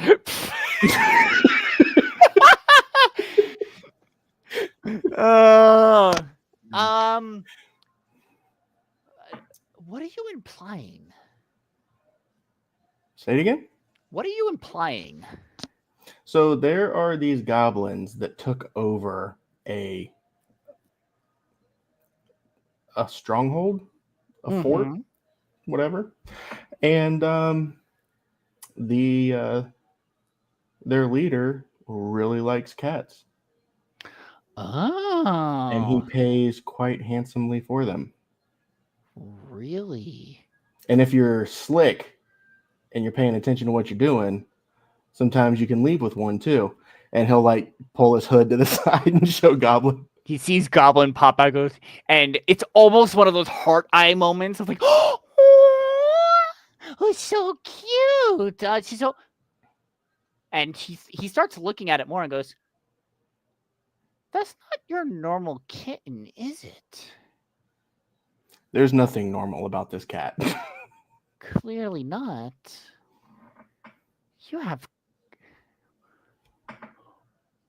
Where on hell did you find a Commodon? Is that what they're called? Yeah, these bumps on the back are gonna grow into snakes. Kind of Snake? like it's kind of like a cat snake hybrid type. I've only really seen them. I've only heard about them from stories about Cholt.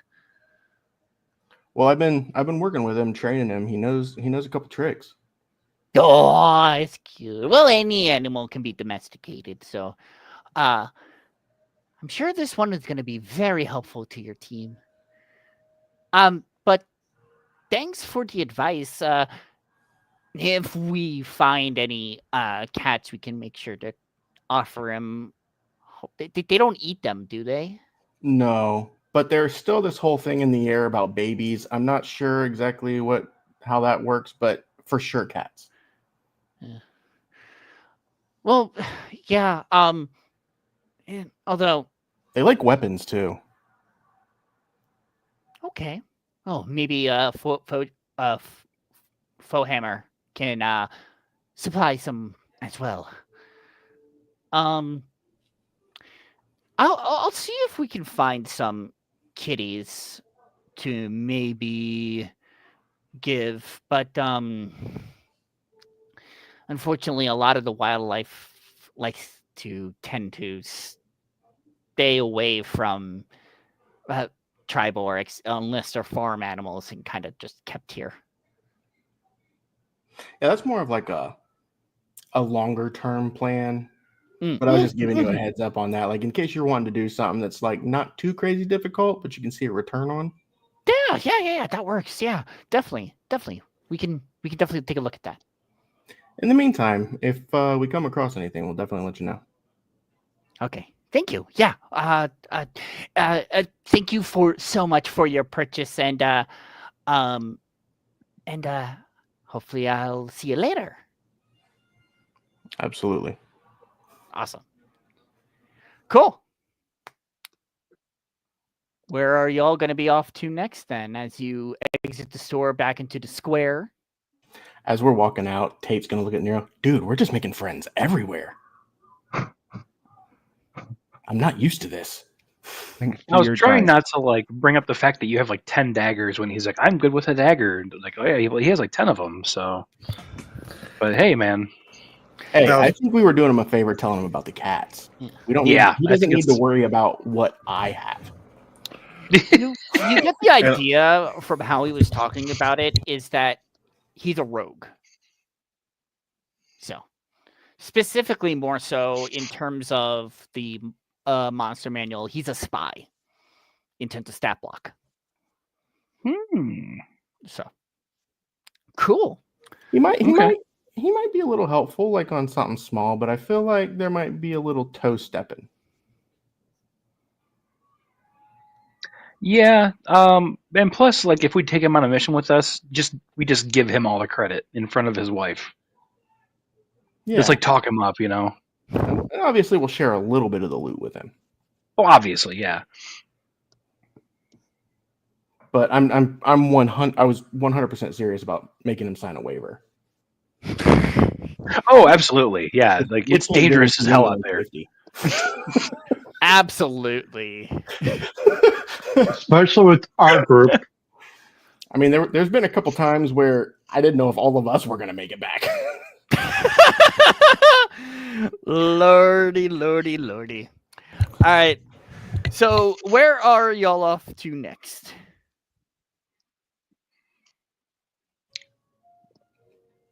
Go get a drink at the inn. Wait for them. Yeah, I'm down. Go talk to the wizard. Come on, Meek. We're going to go get a drink. You can stand awkwardly in the corner. Meeks is going to give you a death glare again. Fantastic. Cool. So we'll go back to Ednis and Eden while the rest of you are heading back to the inn. Keeping in mind that you don't have any keys to get into your room because Eden has the other key. And Olivier has the other key and is in the room. You don't know which rooms they are. Exactly. So, Eden Technically, and they have a key. It's called Tate. he's just, Sometimes. I was gonna say, is I he still just don't gonna have a- break into somebody else's room? Wouldn't be the first time. Oh my god! Um, Stars Garnish. Anyway, sorry. So Eden and Ednis, you spend some time to with Fohammer. He does the full integration on you, Eden. Ednis and Despara both get a big show. Like, he is surprised when he gets excited about a project. It's almost like his age is not a factor. You got a goddamn show out of him doing this operation on Eden. But it's clear that it did take a lot out of him. So afterward, he just goes and sits on the chair and he looks over and goes, well, that should do it.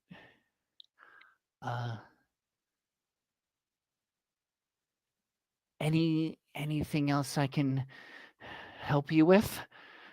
As sweat is pouring down his face. I kind of look and I feel heavier.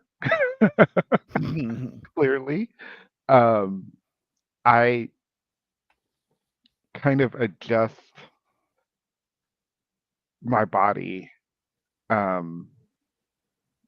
No, this is more than enough, and I'm kind of like slowly, because I'm probably cooling down still. Yeah. Just letting the joints move and feeling the fingers and feet. It'll take some time to get used to, I'm sure. Agreed. And thank you very, very much. I know it's not much, but E- and I know Ednis you're will go. go Ednis ahead. will find something to put water into it, like as a container or something, and we'll cast create water and hand it to Paulhammer. Oh, thank you. Thank you. Ednis it is, right? Yes. Would you, as I know you all just recently got here and you probably have a lot to do or a lot that you want to do. Would you mind if you left this part with me for the rest of the day? Just so we can at least just talk.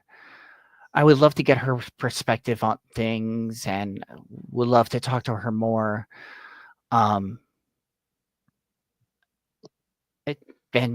she has also told me that she's deeply interested in continuing our conversations. If that is okay, I'll let you borrow a weapon. If I don't see why you wouldn't need it here in this town, but if you need a replacement sword in the meantime as a loner, you can feel free to take one if that makes you feel safer. But My yeah. backup weapons are actually at the inn. Oh, okay. Good. Well, then Yeah, would it be she's my main weapon of choice. gotcha. Well, But feel free keep holding on to her because that was something she requested of me before uh, I deattuned from her. fantastic. Then feel free to come by, say after sundown. That's when I usually close up shop, and uh that should be enough time for us to chat. All right. Wonderful. I thank you so much. Thank And you.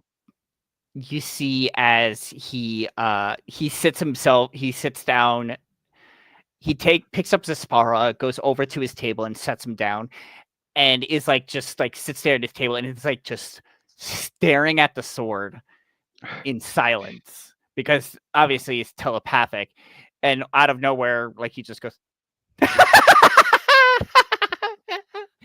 Oh, oh my. Which the fact that you're not hearing a conversation is super creepy.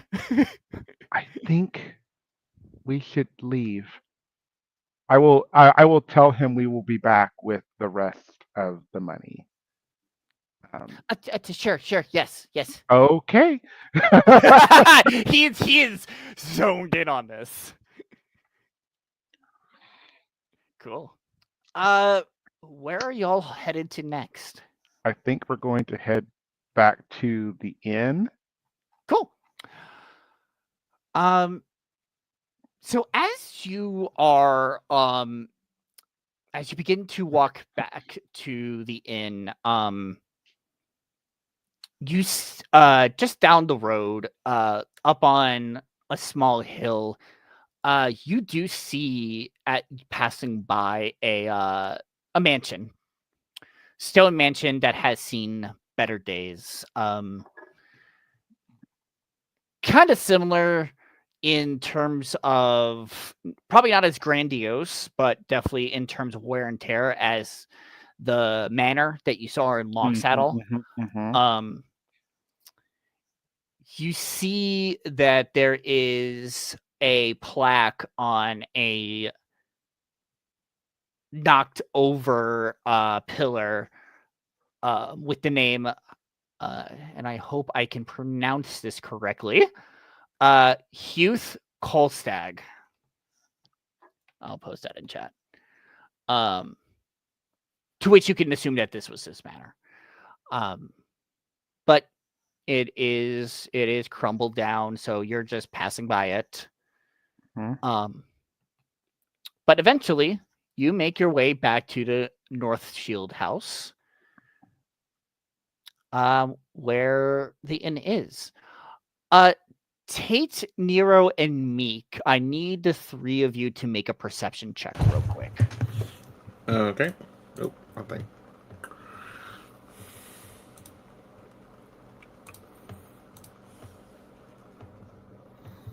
All right. Ooh, I heard it. Fantastic. So Tate, since you rolled the highest, I'm gonna say that you noticed this. As you are leaving the town square, you're looking around at all the people going around to the different shops, and you catch in your eye over by the tower, you catch the Lord Protector Daratha having a conversation with Janelle from the Happy Horse Ranch. And you can see them chatting You see that Janelle seems a bit frustrated in the conversation. At one point, Doratha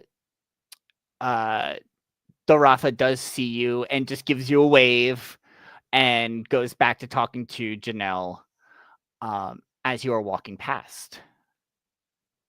You can't hear what they're talking about, but you can definitely see that they're talking about something, and Janelle kind of looks a little bit frustrated.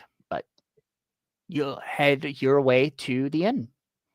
Since I noticed it, can I Yeah. just do like a quick insight on it to see if it's like heated or if it's just like Yeah, yeah. go for it.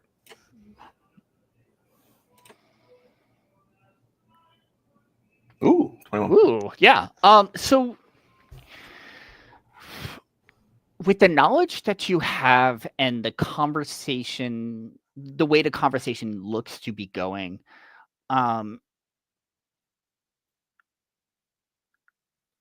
this appears to be a conversation around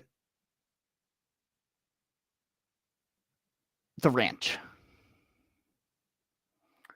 and what has been happening with it.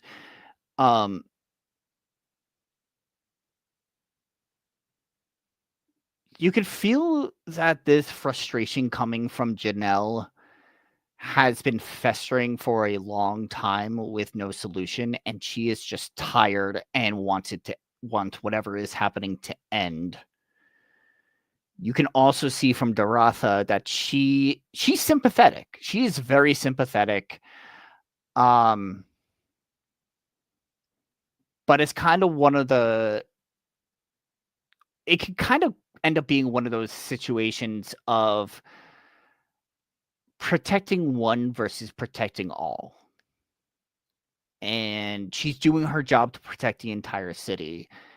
And she can't really help Janelle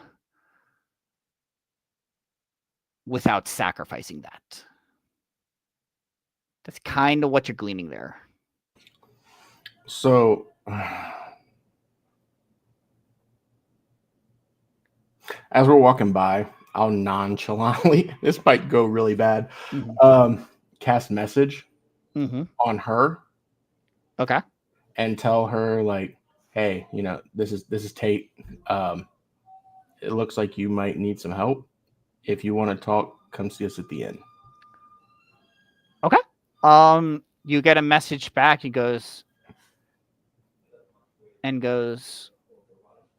yes, of course. Thank you. I'll come see you later tonight before around the time when folks tend to sleep. And then Tate's just going to keep walking like nothing happened. Fantastic. So yeah, everyone is back at the inn by this point, and it is getting to, I would say, it's very early evening. It's still light out. You still have time before you have to go pick up Zaspara. So you have a few hours around, but yeah, you're at the inn now. You get introduced to Urgala and Arsala. Because it's a cantrip, Arsala freely, if you want, cast prestidigitation on each of you if you want to get cleaned up. She also suggests the shower. Because there's only certain things that prestidigitation can do. This is true. It don't clear away funk. Yeah. Yes. But yeah, you get settled into your rooms. What are you all up to then? You also see Olivier. He is very, very into like, he in a way is like drawing his own cards for the spells that he's writing down, and they are so just, this goblin is an artist. Like, these are some really well made looking cards. So, like, he's good at what he does. And if you remember, his cards are his spellbook. So, but now he has That's the only reason why Nero doesn't give me a shit about it. yeah. But now he has access to Fireball. Will he ever Pacifist. use it? Who knows? But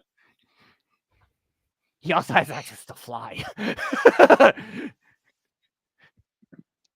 Oh, Blind me. That's all I have to say. Oh God. shenanigans. I think he's going to shower. Nero's going to shower and then look for some purveyor of alcohol. Okay. He's tired of feeling his feels. He wants to put it behind him for today. He wants to drown in them now. Yep. And not with the beer he picked up. No, sweet God, no. Yeah, so the pub has a little a small bar attached to it, so you can go there and grab something to drink for sure. Yeah, he's gonna go there and just ale, nothing fancy, just Yeah. keep him coming. Cool. Yeah. Yeah, so you go down to the bar, you order your ale. It's pretty empty. This inn is very much more for its visitors staying than your standard like tavern or anything like that. So there's maybe like 2 or 3 other people in there. It's pretty quiet this time of day. But yeah, you're enjoying your ale. Cool. That's Whichever. yeah. What's everybody else up to? Tate is also going to go grab a shower. But I'm assuming that we're all like, this whole place is within like 120 feet, right? Yeah. So he's going to go grab a shower, and like on the way, he's going to individually cast message to each person and say family meeting in the bar in 20 minutes. Okay. He's gonna beat you there. Haha. Just like old times. That's it. Cool. Yeah. And then he'll grab a shower and then head down.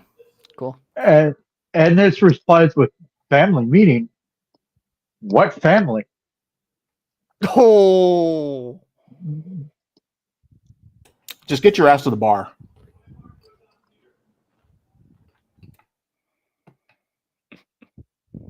Cool. Anything else anyone else is doing before headed to the bar for your family meeting or not so family meeting? No, I don't think so. I think Eden's just going to. She's casually like walking, trying to get used to the new body. Just taking a little bit of time. Y'all were afraid of Nero walking weird, but it's Eden that's walking strange. Hopefully not for the same reasons. Oh God, definitely not. Well, Eden was poked and prodded and It's still not the same. yeah.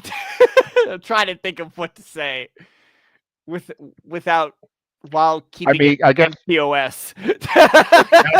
I guess technically, well, technically, actually, outsides were rearranged, not insides.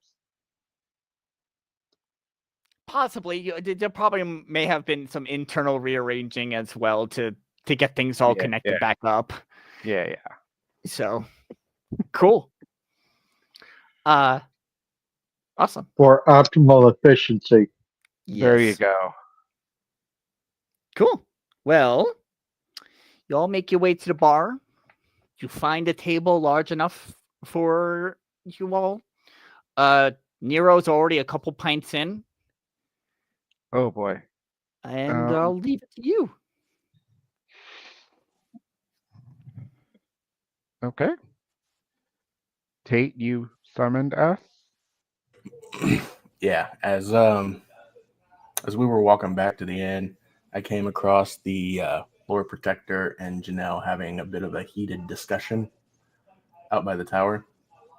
And Janelle is going to be coming in and having a talk with us around nighttime. Janelle. Who's Janelle? She owns the Happy Horse Ranch. The happy horses. That's good. Horses should be happy. Oh, How many have you had?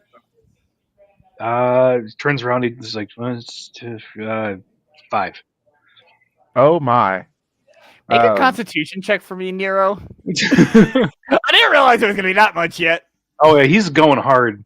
Carry the 2. Oh yeah, that's a 6. 1, 2, 4. As you're about to puke. I Oh, instantly God. grab the nearest bucket and hold it in front of him. I hold his mohawk back. Like a good friend should. He's just sitting there hugging the bucket. Cool. Okay. Alright, you're cut off the rest of the night. Why are we helping happy horses? We don't know yet. We're going to be finding out. Aren't they? Who learned about the horses? Fuck me. Hold on.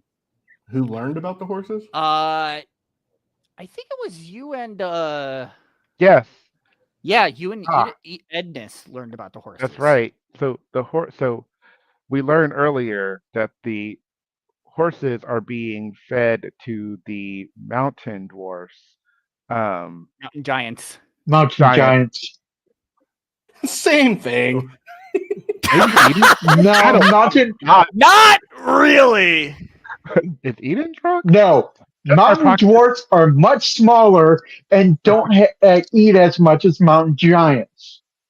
Mountain giants. My apologies. I'm used to mountain dwarves, not mountain giants. That's not a thing. Mountain giants. They are feeding the horses to the mountain giants as tribute to keep the city safe.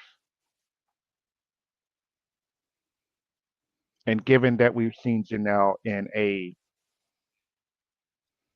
sort of odd state throughout the morning, that may be why. Because they're coming into who knows that? Everybody knows everything. Oh no, that's you guys. Yeah. Yeah, you all, Tate, Nero, and Meek, you heard that the mountain giants may be coming down in a couple days.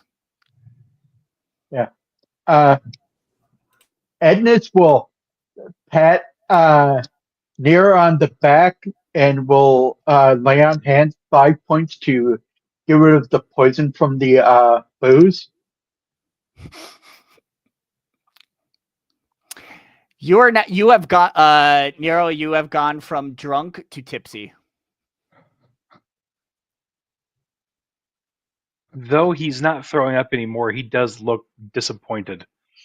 Oh, He's like, "Oh man." Like, okay, well, thanks, Edness. You're welcome. That was really nice. However, We're just going to start over. oh Lord.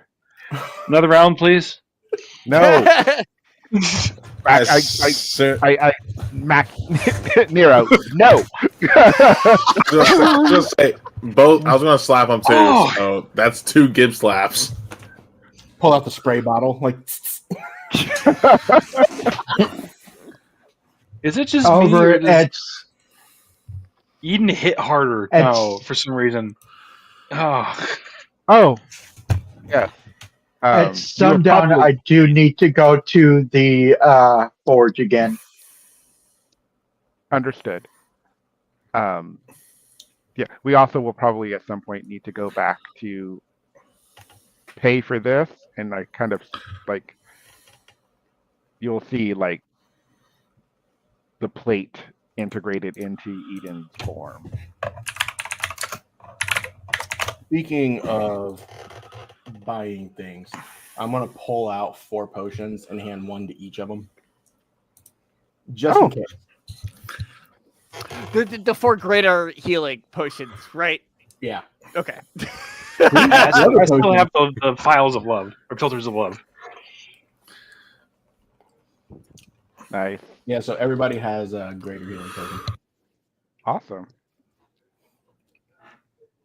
Thank you. Welcome.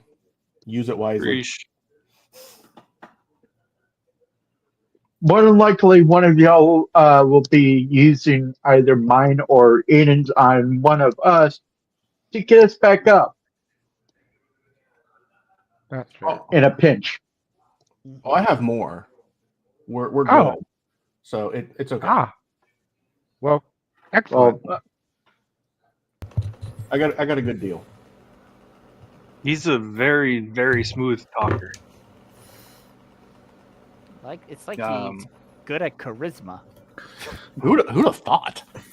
So, Nero, does that mean you should let Tate here talk to, what was her name again? Janelle, Janelle? No, our Sarissa. thank you. No, she won't talk to me. I'm saying let Tate talk to her. No, if you see, like, the idea literally never occurred to him before. He's like, oh my god, yeah. Yeah, Oh, that's a oh, great no. idea. No. You need me to wingman for you, buddy? what When was the last, is when was the last time you going fought a giant? on? Because you might have to fight her if you're talking to her for me.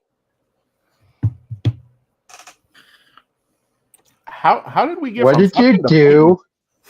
No, she's just not happy about the way things ended between us. fighting? What'd you do? I left to go to the academy. You know, the one that didn't exist because Vecna. Okay, that need a little bit more details there. Yeah, Did you say goodbye? Did she So- cry? You left a note. Yeah. Didn't you? No, she doesn't. Did you hurt her? Yeah, But from what Like- it sounds like, she hurt you first. Hold on. Did you give her a Dear Joan? we had a deal. She knew I was a sorcerer and I had a lot of magical siblings that I would never cast anything on her or have them cast anything on her that forced her to do something against her will. And when I found out I was going to the academy, I had one of my siblings cast command on her and I told her to leave. Oh, so you're a Oh. dick. Yeah. Upon hearing that, because granted, Eden beat me to the punch verbiage wise, Meek is Yeah. actually going to try and deck you for that. I'm not going to move. Even I'm- Tate looks appalled. No, he's going like Meek is going to go full force deck, like Armstrong from FMA punch. It's like, no, you don't understand. Like, this. Oh, mate, why'd you go and do that?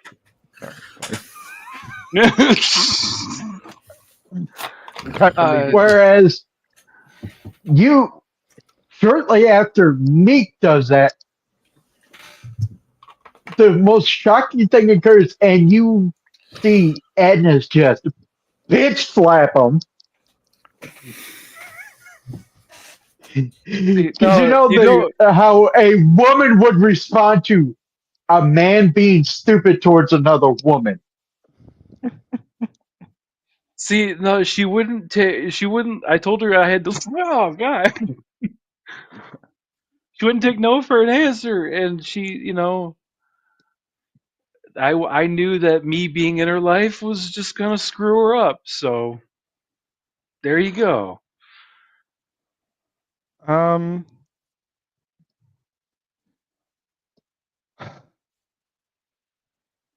do you ever think that what you did to her is what caused all the problems she's dealing with now?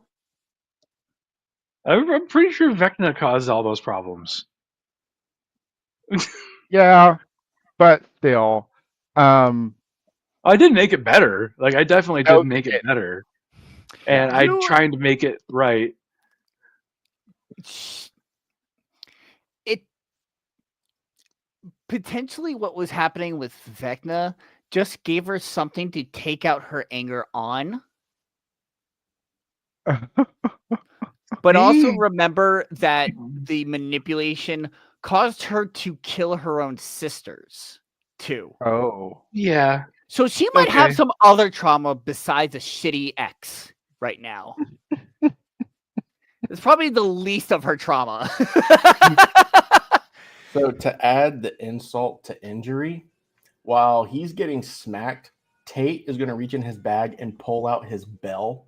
And he's going to ding it and just yell shame. Y'all are just beating this guy up. Like, at this point, like, the bartender's thinking a bar fight's about to break out with everyone punching and throwing, and you're puking, and But see, nothing you guys do to me is going to be worse than what I do to myself and the way I feel. So let me have it. Hit me, punch me, bell me. Oh, Eden. Oh no. Eden looks at you, and she looks you up and down, and she looks like if her eyes could narrow, which they kind of can. They narrow. I'm so disappointed in you. damn.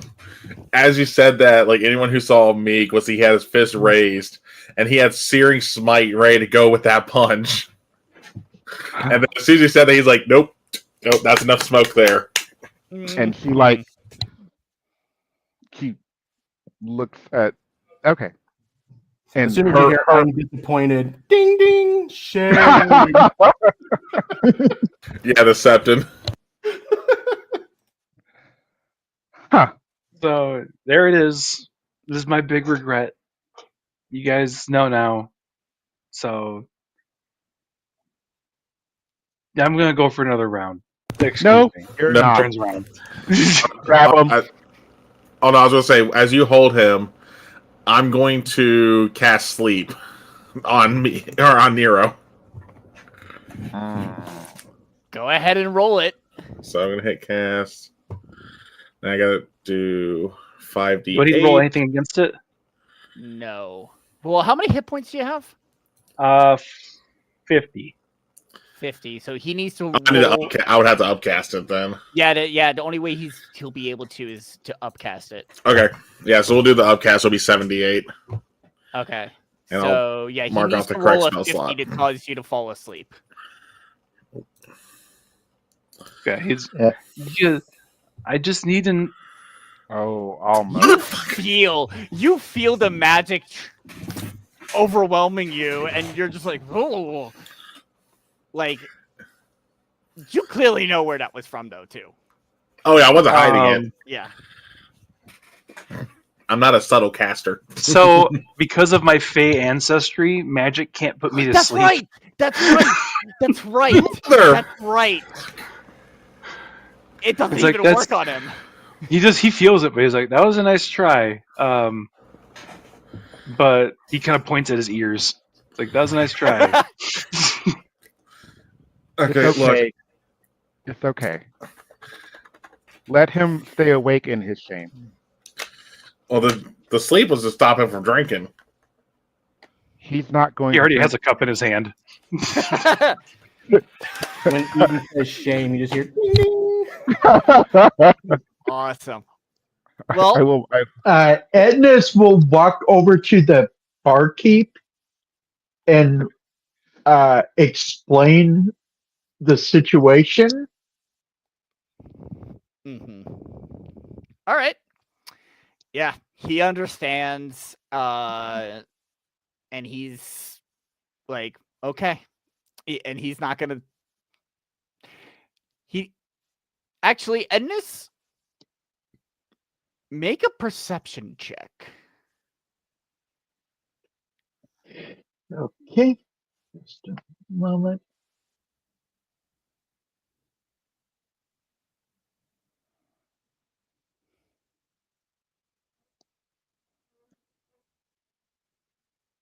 Also, Nero, make a perception check.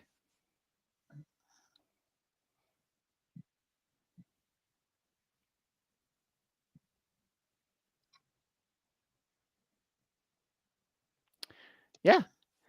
So yeah, he agrees to you, Edness, that he is going to that he'll cut him off, that he's not going to serve.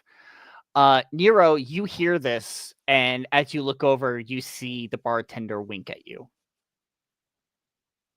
as he says it. It's Edness, like, you do not catch Edness, you do not catch the wink. It was There's a little more of tear like down. explaining why things are getting a little rowdy more Yep. than trying to. Understand? Okay, so the night It's of the more revelry. of Edness is trying to make sure that the law doesn't come down on us because of Nero. Perfectly fair. So, God damn it, these memes. The night continues on. It gets dark as you are continuing in the bar, whether you continue to drink or not, taking care of Nero, chastising him, whatever you decide to do. At some point, Edness, you do go back to the forge and pick up Zespara to bring her home.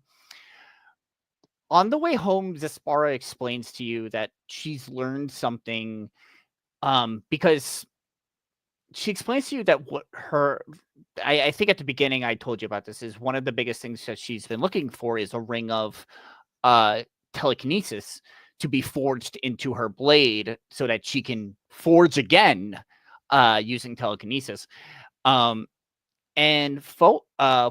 Fohammer actually taught her, basically showed her how to do it, and also showed her how to do it with other things, and suggests that as we continue on, if there is anything we find that might prove useful to, enhance a weapon, to keep an eye out for it, and maybe you can grow Zespara's abilities as you continue on your adventure. So she just explains that to you of some of the stuff that she's learned from Fohammer. Okay. Hint, hint, nudge, nudge. You want to keep Zespara because she can get upgraded. Yeah. But the night falls. It gets dark and quiet around the town, and I'm assuming one of y'all are hanging out in your rooms or whatever. In Tate, in whatever room you're in, you hear a knock at the door. Who is it? It's Janelle. Oh, door's open. She goes ahead and she opens in. Who else is in your room?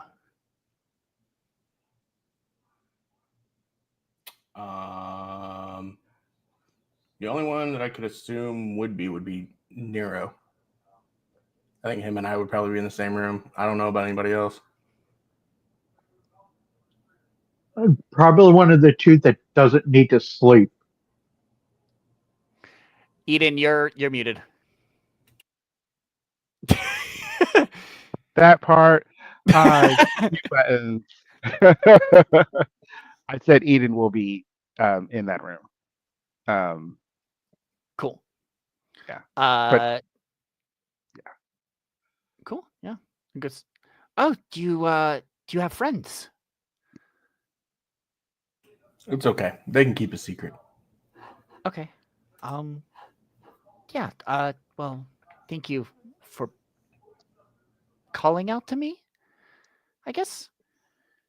Um, I I guess I should more formally introduce myself. My name is Janelle Carnveller, and I am the owner of Happy Horse Ranch. Um, my family has owned the ranch for decades now. We pretty much bought out the competition. But our fortune is still declining, unfortunately. And that's because of this tribute that we have to make to Chief Ga of the Mountain Giants. Uh,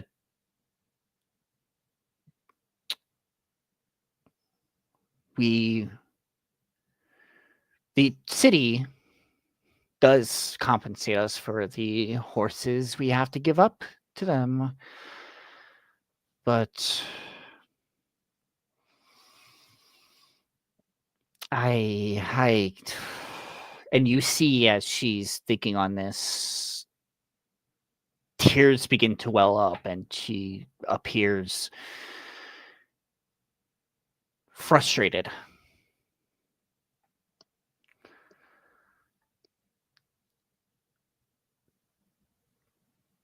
Can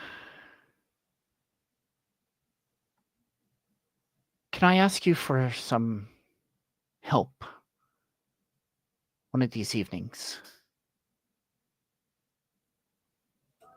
You seem like you needed it. That's why I called out. I appreciate that. It's more than just a fortune. Those giants, in just whatever disgusting game they are playing, and killed my sons.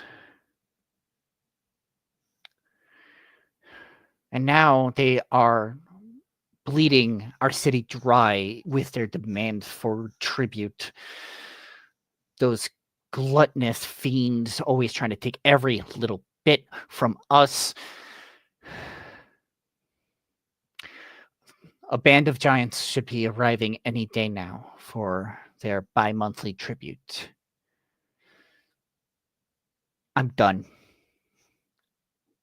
I want to stand up to them. And if you would help me, I'd be willing to give you 1,000 gold for your help, as well as supplying you with 3 of my own personal guards to help you in this fight, if you wish.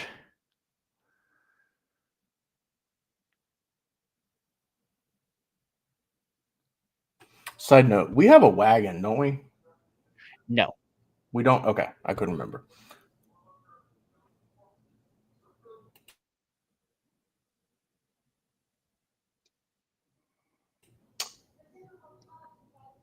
Like, I know this is a tough time, and this might be an asshole question.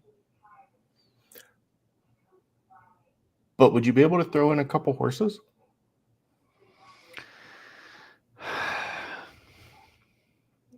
The only reason I'm asking is we have a lot of traveling we have to do. If you can make sure they are not eaten. If you could save any of them from this next tribute. Yes, I can. But every time they come down, they demand every one of our horses, and I have to work to even get and raise more just to be able to. When they come down, they'll spend some time down here engorging themselves before they bring the rest of their tribute up to Grudd Haug. So there should still be some horses you'll be able to save, but Yes, if you're able to save any of them, I will be more than happy to supply you with one or two. How many horses are they expecting? I currently have 6. They'll be expecting all 6. It doesn't matter how many I have, they want them all every time.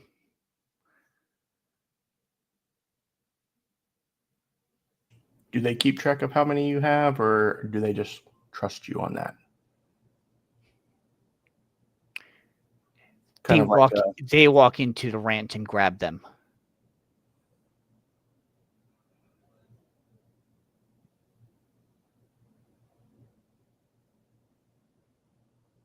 what if we hide some? I mean, that could work. Oh, those are just the ones that we're going to be sure that we save. We just need the other ones for bait so we can kill the rest of them, the giants. Because I'm assuming that's what we're doing. And he's going to look at Eden and Nero. We're just going to kill these giants, right?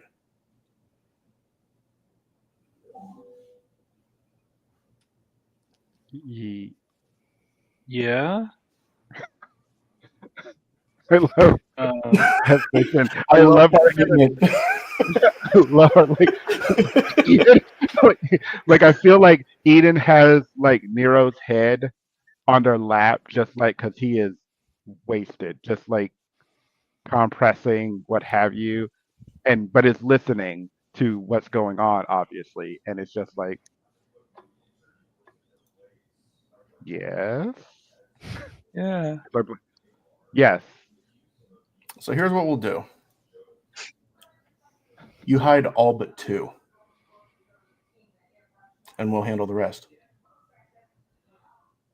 Okay. If I just... They'll be coming in a couple of days. If you can help out tomorrow with finding a place to hide them, that would help me out a lot. So But where do they go? Do they just go to the ranch, or do they go to the square, or do they go to the farm? I'm just they will be... They usually come with a large band of folks, and not just giants, ogres, bugbears, goblins that all help them out. They usually bring a wagon with them. They'll come to the ranch. They'll go to the pubs, the taverns. They'll go to any other food sources around. They'll go through the farms and find what they can, and obviously leave all the vegetables behind. Hint, hint, nudge, nudge. Horses can fit in tiny huts. but that means I have to stay there. No, I already have a plan. They'll then they'll pretty much go to the square and kind of party it up into the evening before they decide to leave.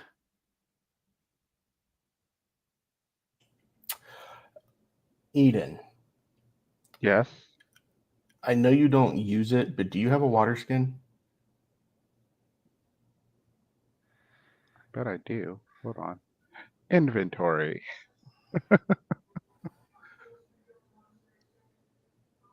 Oh God! I don't think I. Hold on. Inventory. Guys, I have a crazy idea. I have a water skin. You do? Can I have that, please? Yes. Thank you. I'm going to take it, and I'm just going to pour the water out. It would have. And I'm just going to look at Nero. Gimme. He's gonna hand him his confiscated alcohol that he got from the bar the other day. And I'm gonna put like 4 quick, like little tosses into the empty water skin, Mhm. and I'm gonna hand it to her. Of the 4 horses, give each one just a little bit on their tongue, and it'll do the rest. Of the 4 remaining? Or of the Yes. 2 that you wanna save? No, of the 4 that we're this is how we're gonna hide them. It shrinks them. If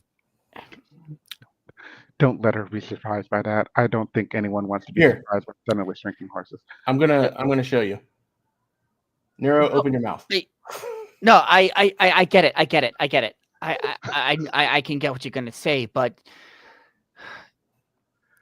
if we only have 2 out of the 6, if we only have 2 um, to offer for tribute, they're gonna be angry because they want as much food as we can give them, and we've given them plenty of horses every time. If they suddenly come down here and we only have 2 to offer, uh, they might take it out on the entire city. This is gonna be the last time they come down here.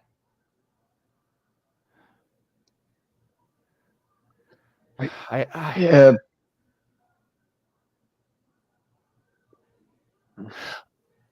I think I have an idea.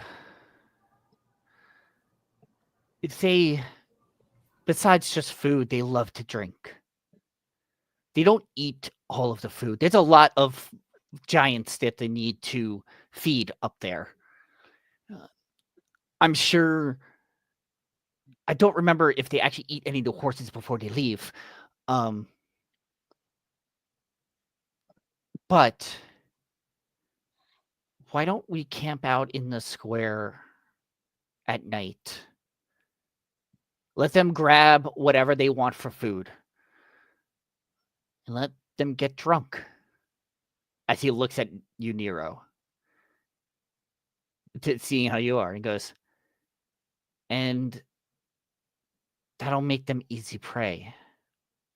It'll be easy to catch them while they're passed out drunk and won't be able to fight back. It'll be a much easier fight, and quite possibly we can save all of the horses and not just a couple of them.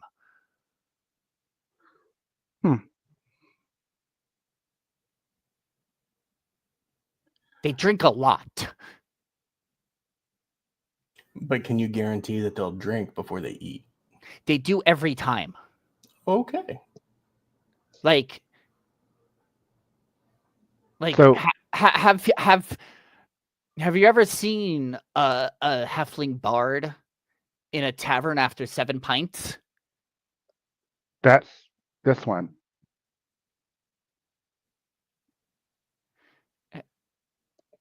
You're definitely sobered up a lot more at this I know, point. So, but not right this, earlier. But yeah. Oh, yeah. Well, yes, that's what you would witness. The stumbling, the laughter. They'll forget about the food while they're drinking, and then they'll just pass out. And then we can spring on them. We There could is save logic. everything. How many usually come down at a time? It's a large amount. Usually only one mountain giant, but usually accompanied with a couple ogres, a group of bugbears, and a bunch of goblins.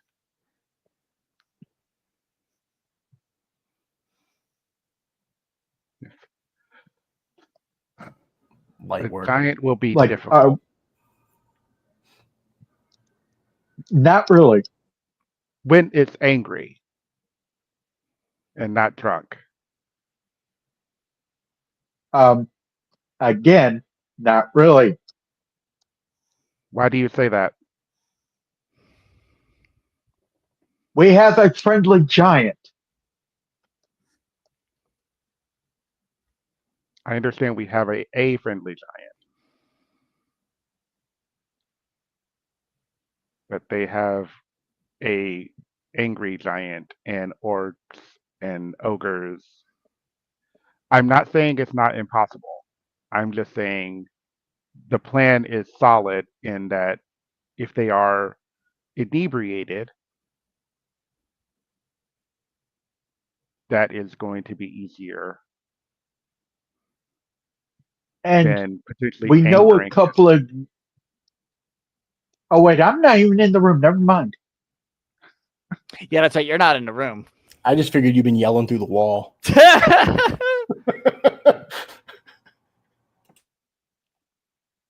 Actually, guys. Edness would have come over and knocked because overhearing the conversation. She probably is being a little bit louder because she is so frustrated. So I'm gonna say for you and for Meek in the other room, go ahead and roll perception to see if you hear it. I'm not gonna say that you definitely hear it. Okay, that makes absolute sense.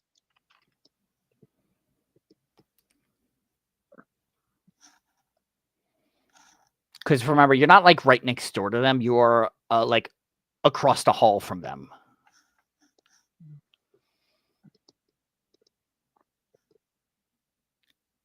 Yeah, Edness, I'm not going to give it to you on a 12, unfortunately.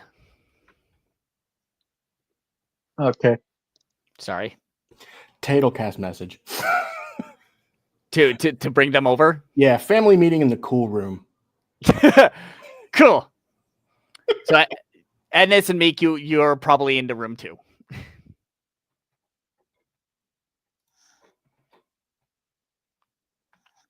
But anytime he mentions family meeting now, because he knows it pisses him off, he's specifically only saying it to Edness. Ow. No, see, Edness wasn't pissed. Edness was being snarky as a burn. Point still stands. Yeah. So, Anywho, she goes, listen, if you want to see if you can rally the folks together or want to talk this through some more, again, they won't be here for another couple days, so we at least have tomorrow to chat more if it'll help. But do I have your help on this? Absolutely. And I can already think of one other little guy that's looking for some excitement. Huh. Is his name Olivier? No, it's Narf. You're gonna bring Narth into this? Yeah, we're just going to have him focus on goblins, though. Okay. He signed a Cool. disclaimer. We're good. Yeah, he's going to sign the We waiver. we should probably talk to the owners of this fine establishment. They are former adventurers themselves. it may be an opportunity to rally the city together. Mm-hmm. I'm sure while Janelle here is actively frustrated and revealing this to us, I'm sure that there are many people in this town that are frustrated of every month, Bi-monthly. week, every couple of months having to give everything that they have worked hard to build and sustain over to keep the city safe.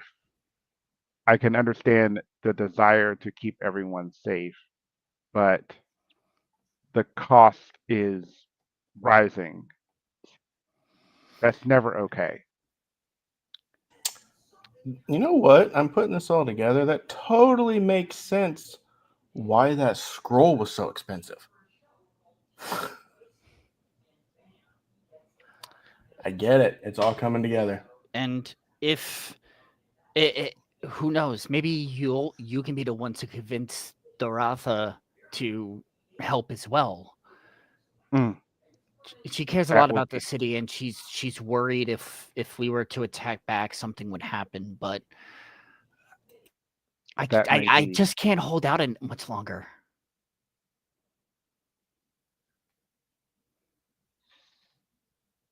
I think that may be what we do. Okay. I say And we if do it nothing your else, way. they'll have us. Sorry, go ahead. If nothing else, they have us. hmm I say we do it your way, and Tate is going to take Nero's water skin and hand it back to him, and then he's going to take the second one and put it in his pocket. Yeah. Yes. Thank you. If it also helps, possibly for preparation, obviously feel free to talk to folks. But the apothecary across the street, um, the druid there doesn't really sell much except for just random flowers and plants. But he's also would be willing to cast spells on you for protection or help or anything like that. Uh, give you a little bit of a beef up to prepare. So I would suggest visiting him as well. We did not meet them yet. What if we give Meek some grow juice? I don't That's know. an idea. Mm. Well, no, the grow juice doesn't work on you if you're already grown. Oh, it just takes you back to normal? Yes. Yeah, it only takes Um, you back to normal. If you drink it while you're already normal, it doesn't do anything. It just reverses the shrink. Well, that's a little bit less fun. It's yeah. So I Just a little I bit. It's still fun. It's basically less. the antidote. Yeah. We have things we can use, and we have an opportunity to potentially find more. The arcanist here has spells, and we have Olivier who could potentially put them onto scrolls for use. It costs, but it is a possibility. And Tate's going to cast message to Eden. He's going to say, not to mention, I'm pretty sure the town will be pretty grateful once we solve this problem. Agreed. Absolutely.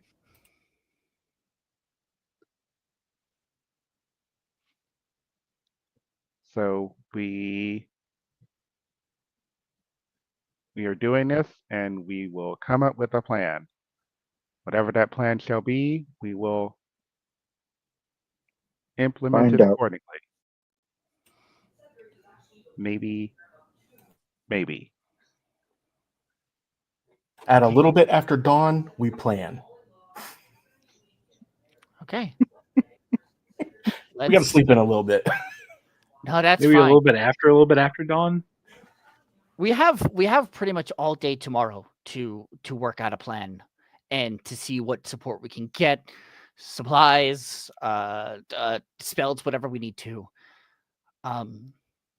They usually come around noon, so I believe we have tomorrow at least, but that might be all we have. So, thank you. I really appreciate it. If you need to talk more on things, just come find me over at the ranch, and we can meet there. It's just me there, so it can be pretty private if we want to. Understood. Yeah. Well, thank you, and and for the first, it feels like when she exhales, it is the first time she's ever been able to exhale with relief in a very long time. As she says, thank you. As she begins to walk out. As she goes to walk out, Tate's going to hand her, he's going to like stop her real quick. He's going to hand her a gold. And he's like, you seem stressed? Have a drink or 8. On me. Thanks. Nero's gonna perk up. Drink.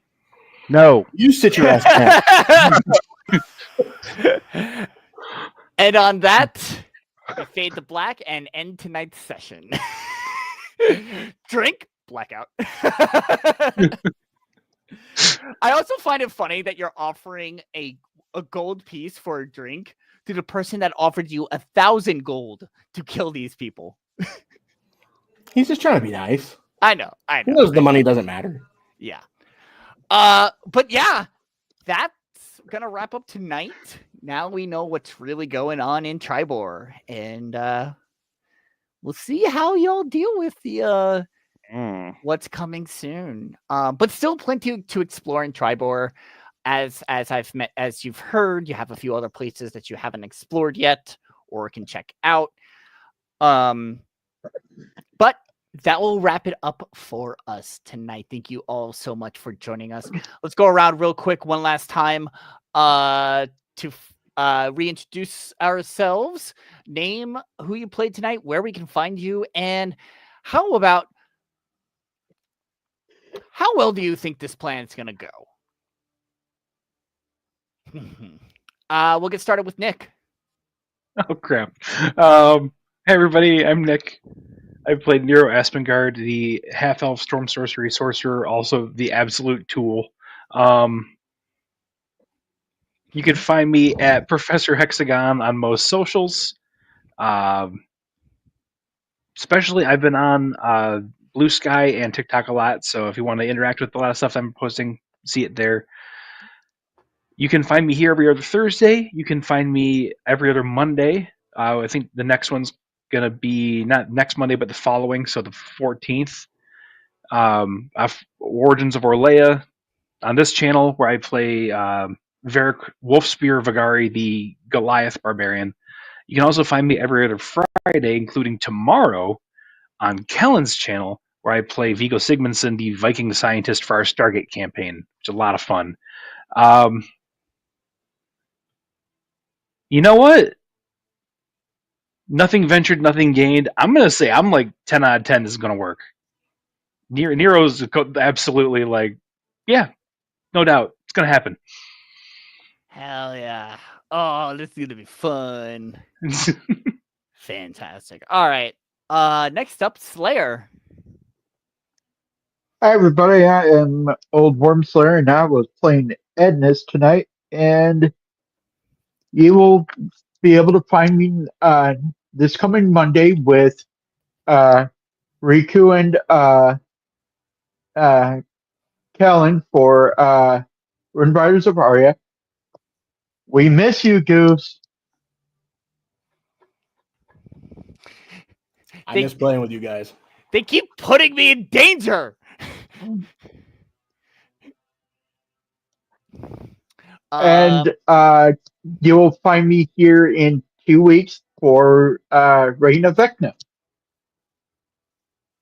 And as to how well this plan goes,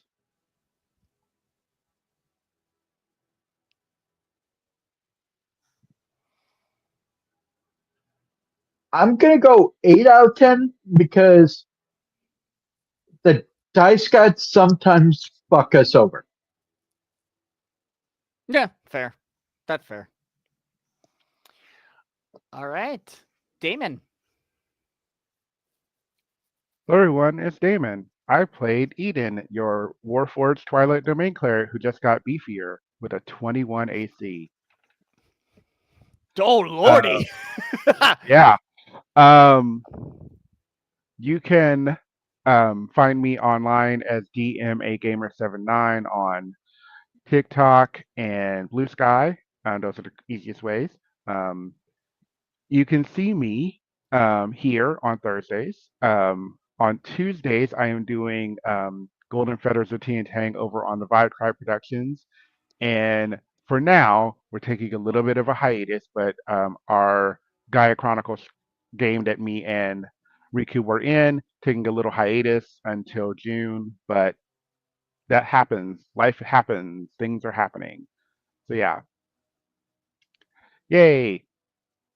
And then okay, so how are we gonna do? Oh wow. Um Plan 10 out of 10. Execution of plan maybe 5 out of 10, and then new plan that comes out of execution of better plan 7 out of 10. So let's round it around 6.5 out of 10. How about that? Okay. You never know. You never know. That is true. All right, Kel. Hey y'all, I am Kel, also known as the Celtic Wyvern King, who played Meek, the Reborn Goliath, Redemption Paladin. Try saying that 5 times fucking fast. You can find me every Monday here on Halfling Wizard Productions for either Windrise of Aria, which will be this upcoming Monday, or Orlea Origins, which is on the opposite weeks. Oh, excuse me. You can find me every other Friday for my Stargate 5e campaign as well, where I kind of hit Nick with a little bit of trauma at the end of the last session. Well, not trauma, but the potential of trauma. He doesn't know if it's going to be good or bad. Because you got to love cliffhangers, right, Nick? Every Thursday, obviously, you can find me here for this game. And you can also find me back here in Half Wizard Productions whenever they just need someone to help fill in the gaps, where I'll just run a one-shot of something. Like I've done a Jurassic Park one-shot that Nick played in. I've done a MASH one-shot where we had girls' night that night. That was actually pretty fun. Because one of the players apparently had a fun night with Hawkeye, because that happened. Where they all they did was karaoke, pretty much. At least that's what we said. And yeah. And as for the plan, I'm just going to stick with the, not necessarily an old adage, but still a good one. We made a plan. We're going to execute the plan. I'm going to expect the plan to fail, and then we're going to throw the plan away. All right, we'll see how that works out. And finally, Goose. Hey everybody, I am Goose. I have been playing Tate, the Warlock, Sorcerer, Rogue, Tiefling. He's just trying to figure life out. You can catch me here in 2 weeks playing with these guys. Make sure you tune in on Monday to watch Windriders of Aria, where they use the surge system that I created with Greg, who is also known as Game Master Dad. You should check out the website, warptree.com. You can get some cool merch like my hat and Nick's hat. Also, we are almost done with the rewrite for the book. So that's going to be coming out here probably in the next couple months. So yeah, a lot of things coming up. As far as the plan, I think either way, even if it fails, it's going to work. So still 10 out of 10. All right. All right. And then that just leaves me, your lovely dungeon master for tonight. I am Riku. You can find me on social media as Pup Riku or Puppy Riku. Here on Halfling Wizard, you can find me here for Reign of Vecna. You can find me on every other Saturday for Queers, which is our City of Mist campaign. You can find me on every other Monday for Windriders of Aria, as you've heard a few folks here talk about. And like you said, our Gaia Chronicles over on Vibe Tribe Productions is on hiatus, but we hope to be back hopefully this summer. It'll be exciting to get back to that. And who knows what else I might have up my sleeve and plans brewing. But there's always something brewing here at Halfling Wizard Productions. Make sure to catch every other Wednesday where you can see the Liminal Blink. We also have the and I'm just going through the ones that we haven't mentioned here. We also have our Monster of the Week campaign that will be on alternating Wednesdays. So we're really excited to be bringing that here to the channel. Make sure to join our Discord. That is a great place to find out more about us. You can chat with us. You can chat with other TTRPG nerds. Maybe even find a group or a game to play in here on the channel. We, as Kel mentioned, we do a bunch of one-shots here and there, and we're always looking for players for that. So make sure to check that out and find out more. Also, make sure to check out our Patreon, because on Patreon is where you can get some exclusive stuff, from some of the homebrew items that we make for these campaigns to exclusive content like the episode 0, the session 0 for Raid of Vecna. Some really cool stuff there. So make sure you check us out for that. Make sure you subscribe to our YouTube channel. That's where we post all of our VODs for these shows. If you need to catch up and see what the story has been so far, subscribe to our YouTube channel and you can get some of those VODs. Buy our merch. Buy our merch. We have a lot of merch out there from all of our favorite shows. I was actually talking to Amtarak, who is part of our Wind Riders of Aria campaign, who just picked up a couple mugs and just thought one of them looked cool. It turned out to be one of the roguelite mugs from from the short shot I put up. So that was really the Rudy Tooty point and shooty mug, which is super fun. So we have some really cool stuff from some really great moments from this show. So make sure you check out. There's always new stuff being put there. Again, join our Discord. A couple other things going on there. We are play testing a new system that called Dwarfscape. So make sure you check us out on Discord. That's also where you're going to find Voting for the Wizzies, which is our little own internal award show that we're doing for a lot of the shows and folks here. So make sure you go in and vote for that. Finally, we are raising money for Freedom Service Dogs of America. They do some really, really, really awesome work. We're halfway to our goal of $500, so any help you can give us would be much appreciated. We love giving back to a community that gives so much to us. Cool. I hope you all have a lovely evening and a lovely weekend at that. When we return next time, we'll see if this plan goes out really well. I think, given the situation, there is some good chances of success here. But we'll see how that all goes. But thank you so much for joining us, and we will sorry about that. No, I saw Kel triggered a raid, and we're like, I'm still talking here, buddy. But we are gonna, but that reminds me, we are gonna raid another creator, so stick around for that. But thank you all so much for joining us. We're gonna go now, and I will see you all next time. Bye-bye.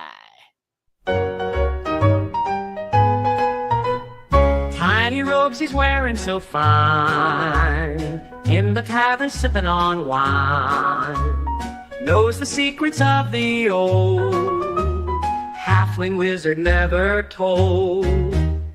Mystic wand and a pointed hat, talks to people about this and that, sneaky tricks and a wink in his eye. Halfling wizard makes the hours fly. Oh, halfling wizard in the night, casting spells to the moonlight. He can talk and he can know, in his world the magic grows. Down the road in evening light, he'll engage you, that's his delight. Readers of the stars he seeks, in a crowd he's sure to speak.